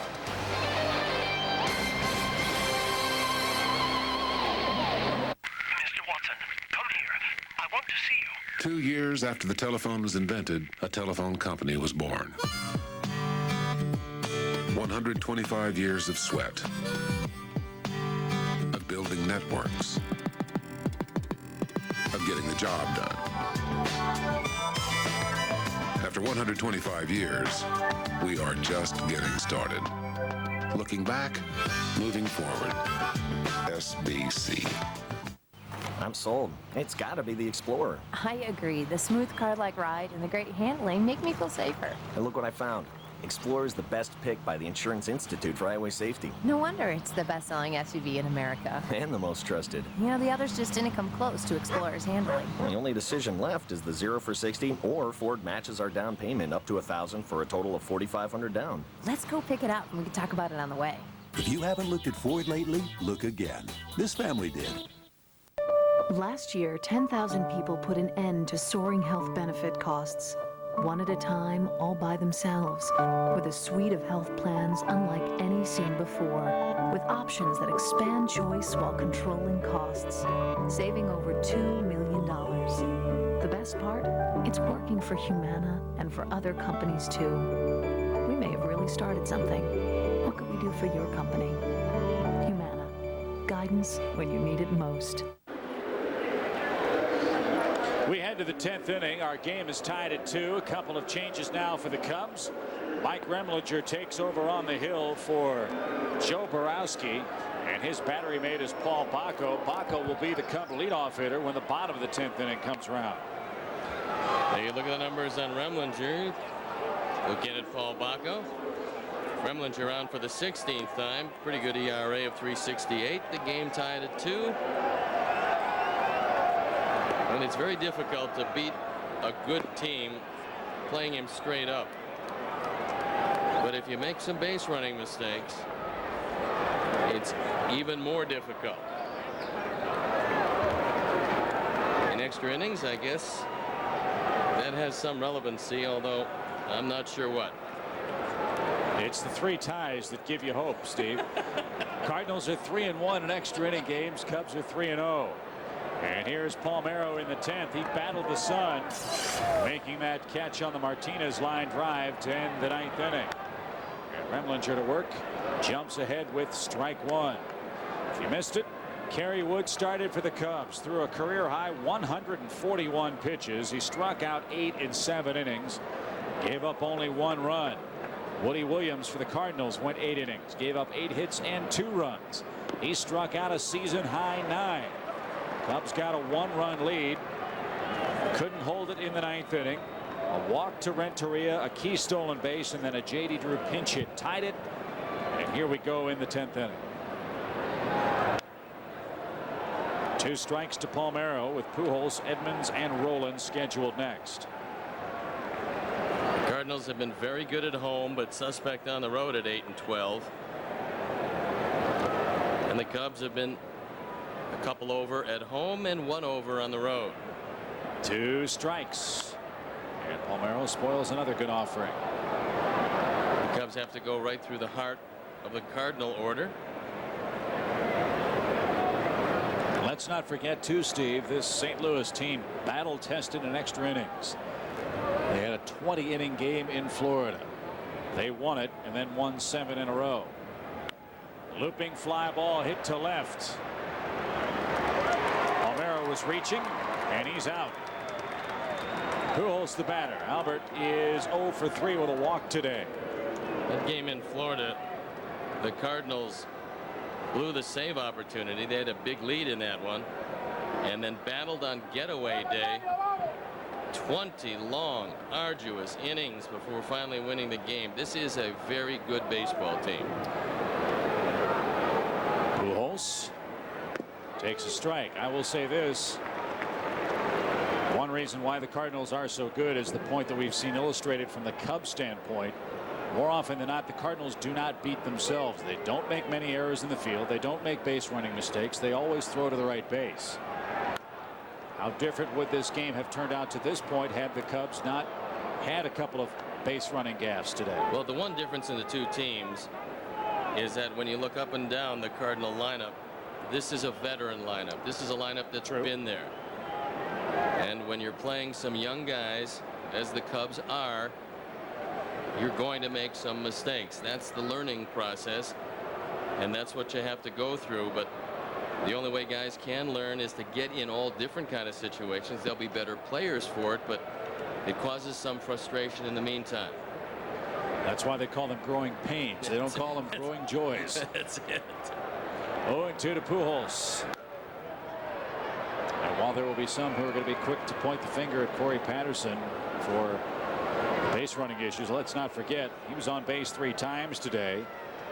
That triple led to the game tying run in the 7th, and he's had a very good series. This is a guy that was a big question mark for the Cubs at the start of the year. In this series, he's already got 5 hits and he scored 2 runs. So he's got all kinds of talent, and he's going to learn from every one of these mistakes. 0-2. Pujols chops that one at the plate. And Chip, the key is everybody makes the mistakes. Just don't make them over and over again once you've made them. And Corey is still very young. We have to bear that in mind. He's got a world of talent, and he's just starting to figure it out. And when he does, look out. 0-2 again. Pujols sharply hits that ball to short, flips the bat away in frustration. Edmonds, the hitter, he's 0 for 4. Well, I will tell you that Jim Edmonds is thinking about one thing here with 2 out and nobody on, and that's hitting the ball out of the ballpark. We've seen him handled today consistently by the Cubs throwing the ball on the outer portion of the plate. To make that effective, if you're a left-hand pitcher, you have to establish the inside corner early.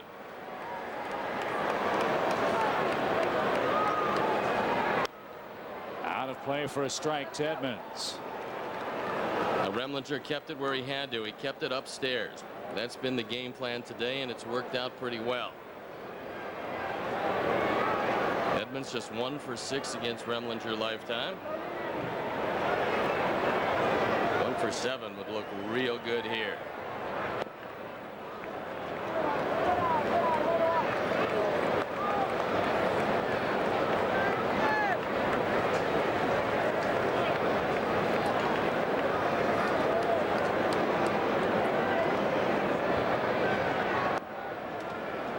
Two balls and a strike. Who's pitching in that Oakland Yankee game, I wonder? Let's see. That one's scoreless at the end of 3. Pettit and Mulder. Any matchup you get with those 2 teams is pretty good. 2 balls and a strike. Edmonds went fishing. Just keep it up there, and Edmonds won't give you a whole lot of difficulty. You get it down about thigh high, and he can hit it a mile. Take a look at the location. I'll show it to you. It's upstairs. You can't catch up with it. 2 balls, 2 strikes. Bases clear in the Cardinal 10th inning. 2-2 score. Ground ball should be out of the 10th. Easy throw to first, and the top of the Cub order is coming up. Let's win this thing. Baco, Gonzalez, and O'Leary are due up.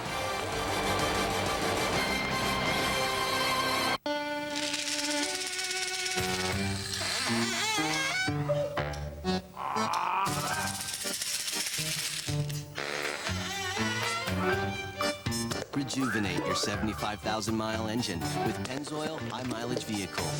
The motor oil specially formulated for the needs of your older, wiser vehicle. Pennzoil, worth driving protection. Now at Pep Boys, buy a case of Pennzoil motor oil and get a free bottle of the Outlaw.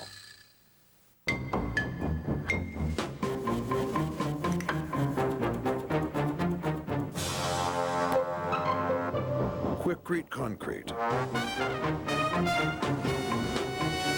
For over 60 years, it's been used by just about everyone for just about everything.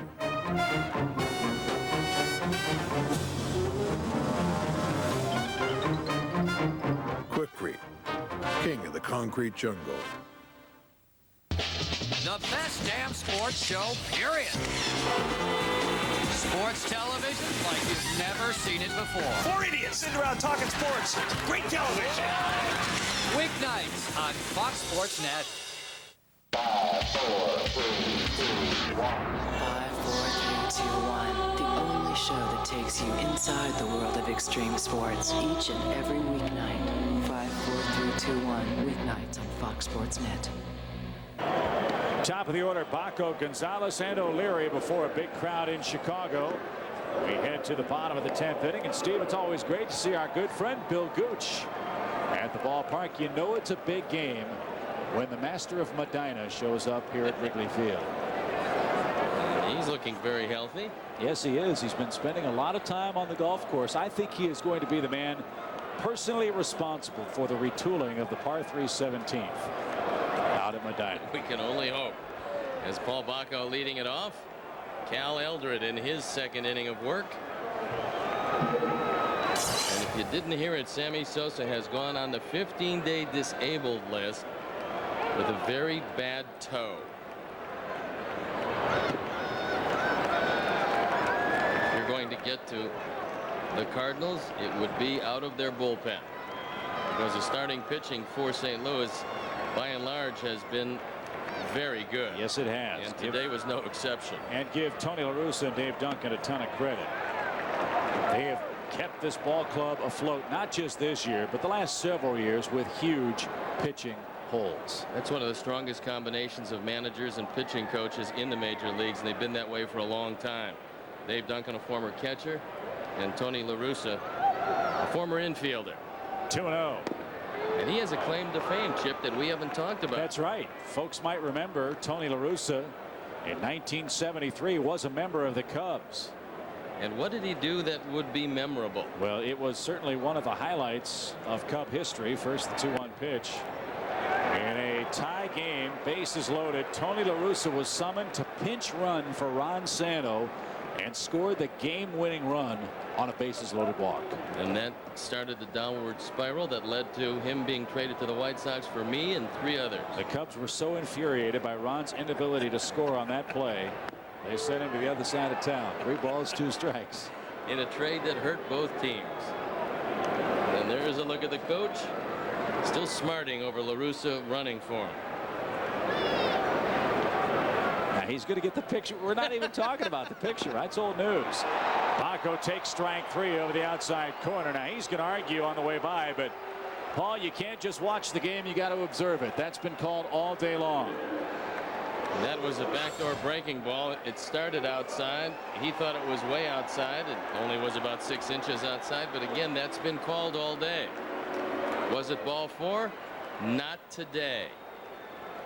But Bruce has been consistent out there. 1 away for Gonzalez. A ball upstairs. Well, these guys had to have some battles in the American League when Alex was in Toronto and Cal was in Milwaukee. Chippy, I know you have those numbers lurking somewhere. They are lurking. And the numbers aren't good. Alex was 0 for 8 against him. But that's deceiving. I know he hit the ball hard every time. He just hit in tough luck. That's been known to happen from time to time.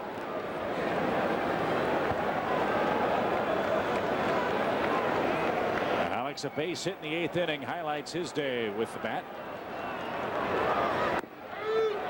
1-2. I think the problem with the 0 for 8 is the 4 strikeouts. Unless they were calling him wide that day. Eldred has a good overhand breaking ball, and he's used it pretty effectively today. I would think you'd see another one here. Because Alex played for Toronto, the 4 strikeouts really counts only as 2. The 1-2 pitch is foul past Wendell Kim. Well, that time Eldred hung it. Alex had his shot. You've got Roland over close to the line at third. He's playing no doubles. So you can hit it to his left. You're just not going to get it between him and the bag. The same thing with Tino Martinez at first. They can live with a single.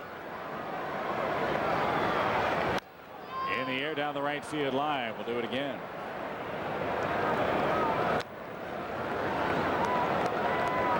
Sammy's spot is being taken by Todd Wellmeyer, a pitcher. So the Cubs will add another pitcher, thinking that Goodwin and O'Leary give them enough coverage in the outfield. Another product of the Cub farm system wins his way to the big leagues. 2-2 to Alex. Wellmeyer had a fine year in 2001 for my beloved Lugnuts. He was 13-9 at Lansing, used exclusively as a starting pitcher. He will work out of the pen, however. 2-2 pitch. And on the play, good battle from Alex here, with O'Leary waiting to hit next. Well, Alex has a flair for the dramatic. He's got 5 walk-off home runs. He's looking for something middle in. He very rarely will hit the ball out of the park in right or right center. But if he can get it middle in, even with the wind blowing in, he can end this one. 2-2.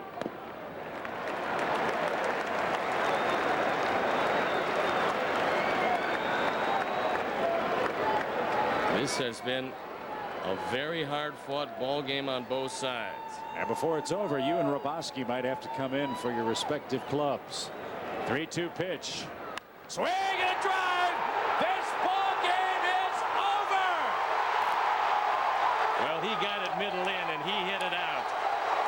And Alex Gonzalez, Mr. Walk-Off, will send every Cub fan home happy. A sea of red departing the park, and the Cub fans on their feet.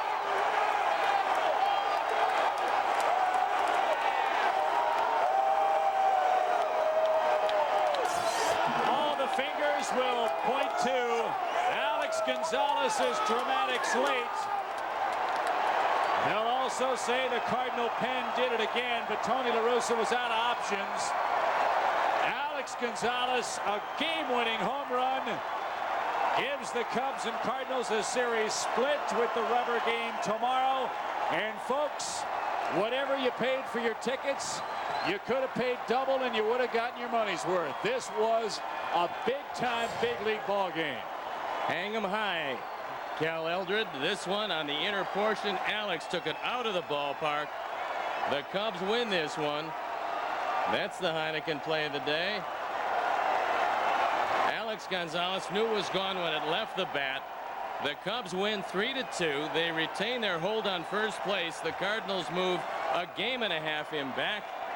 What a ball game, Chippy. A curtain call for Alex Gonzalez. The Cubs win it 3-2 in 10 innings of play. Cubs are now 4-0 in extra innings, and they are now a game and a half in front of St. Louis. 4 games over 500. What a game, Mitch and Dave, here at Wrigley Field.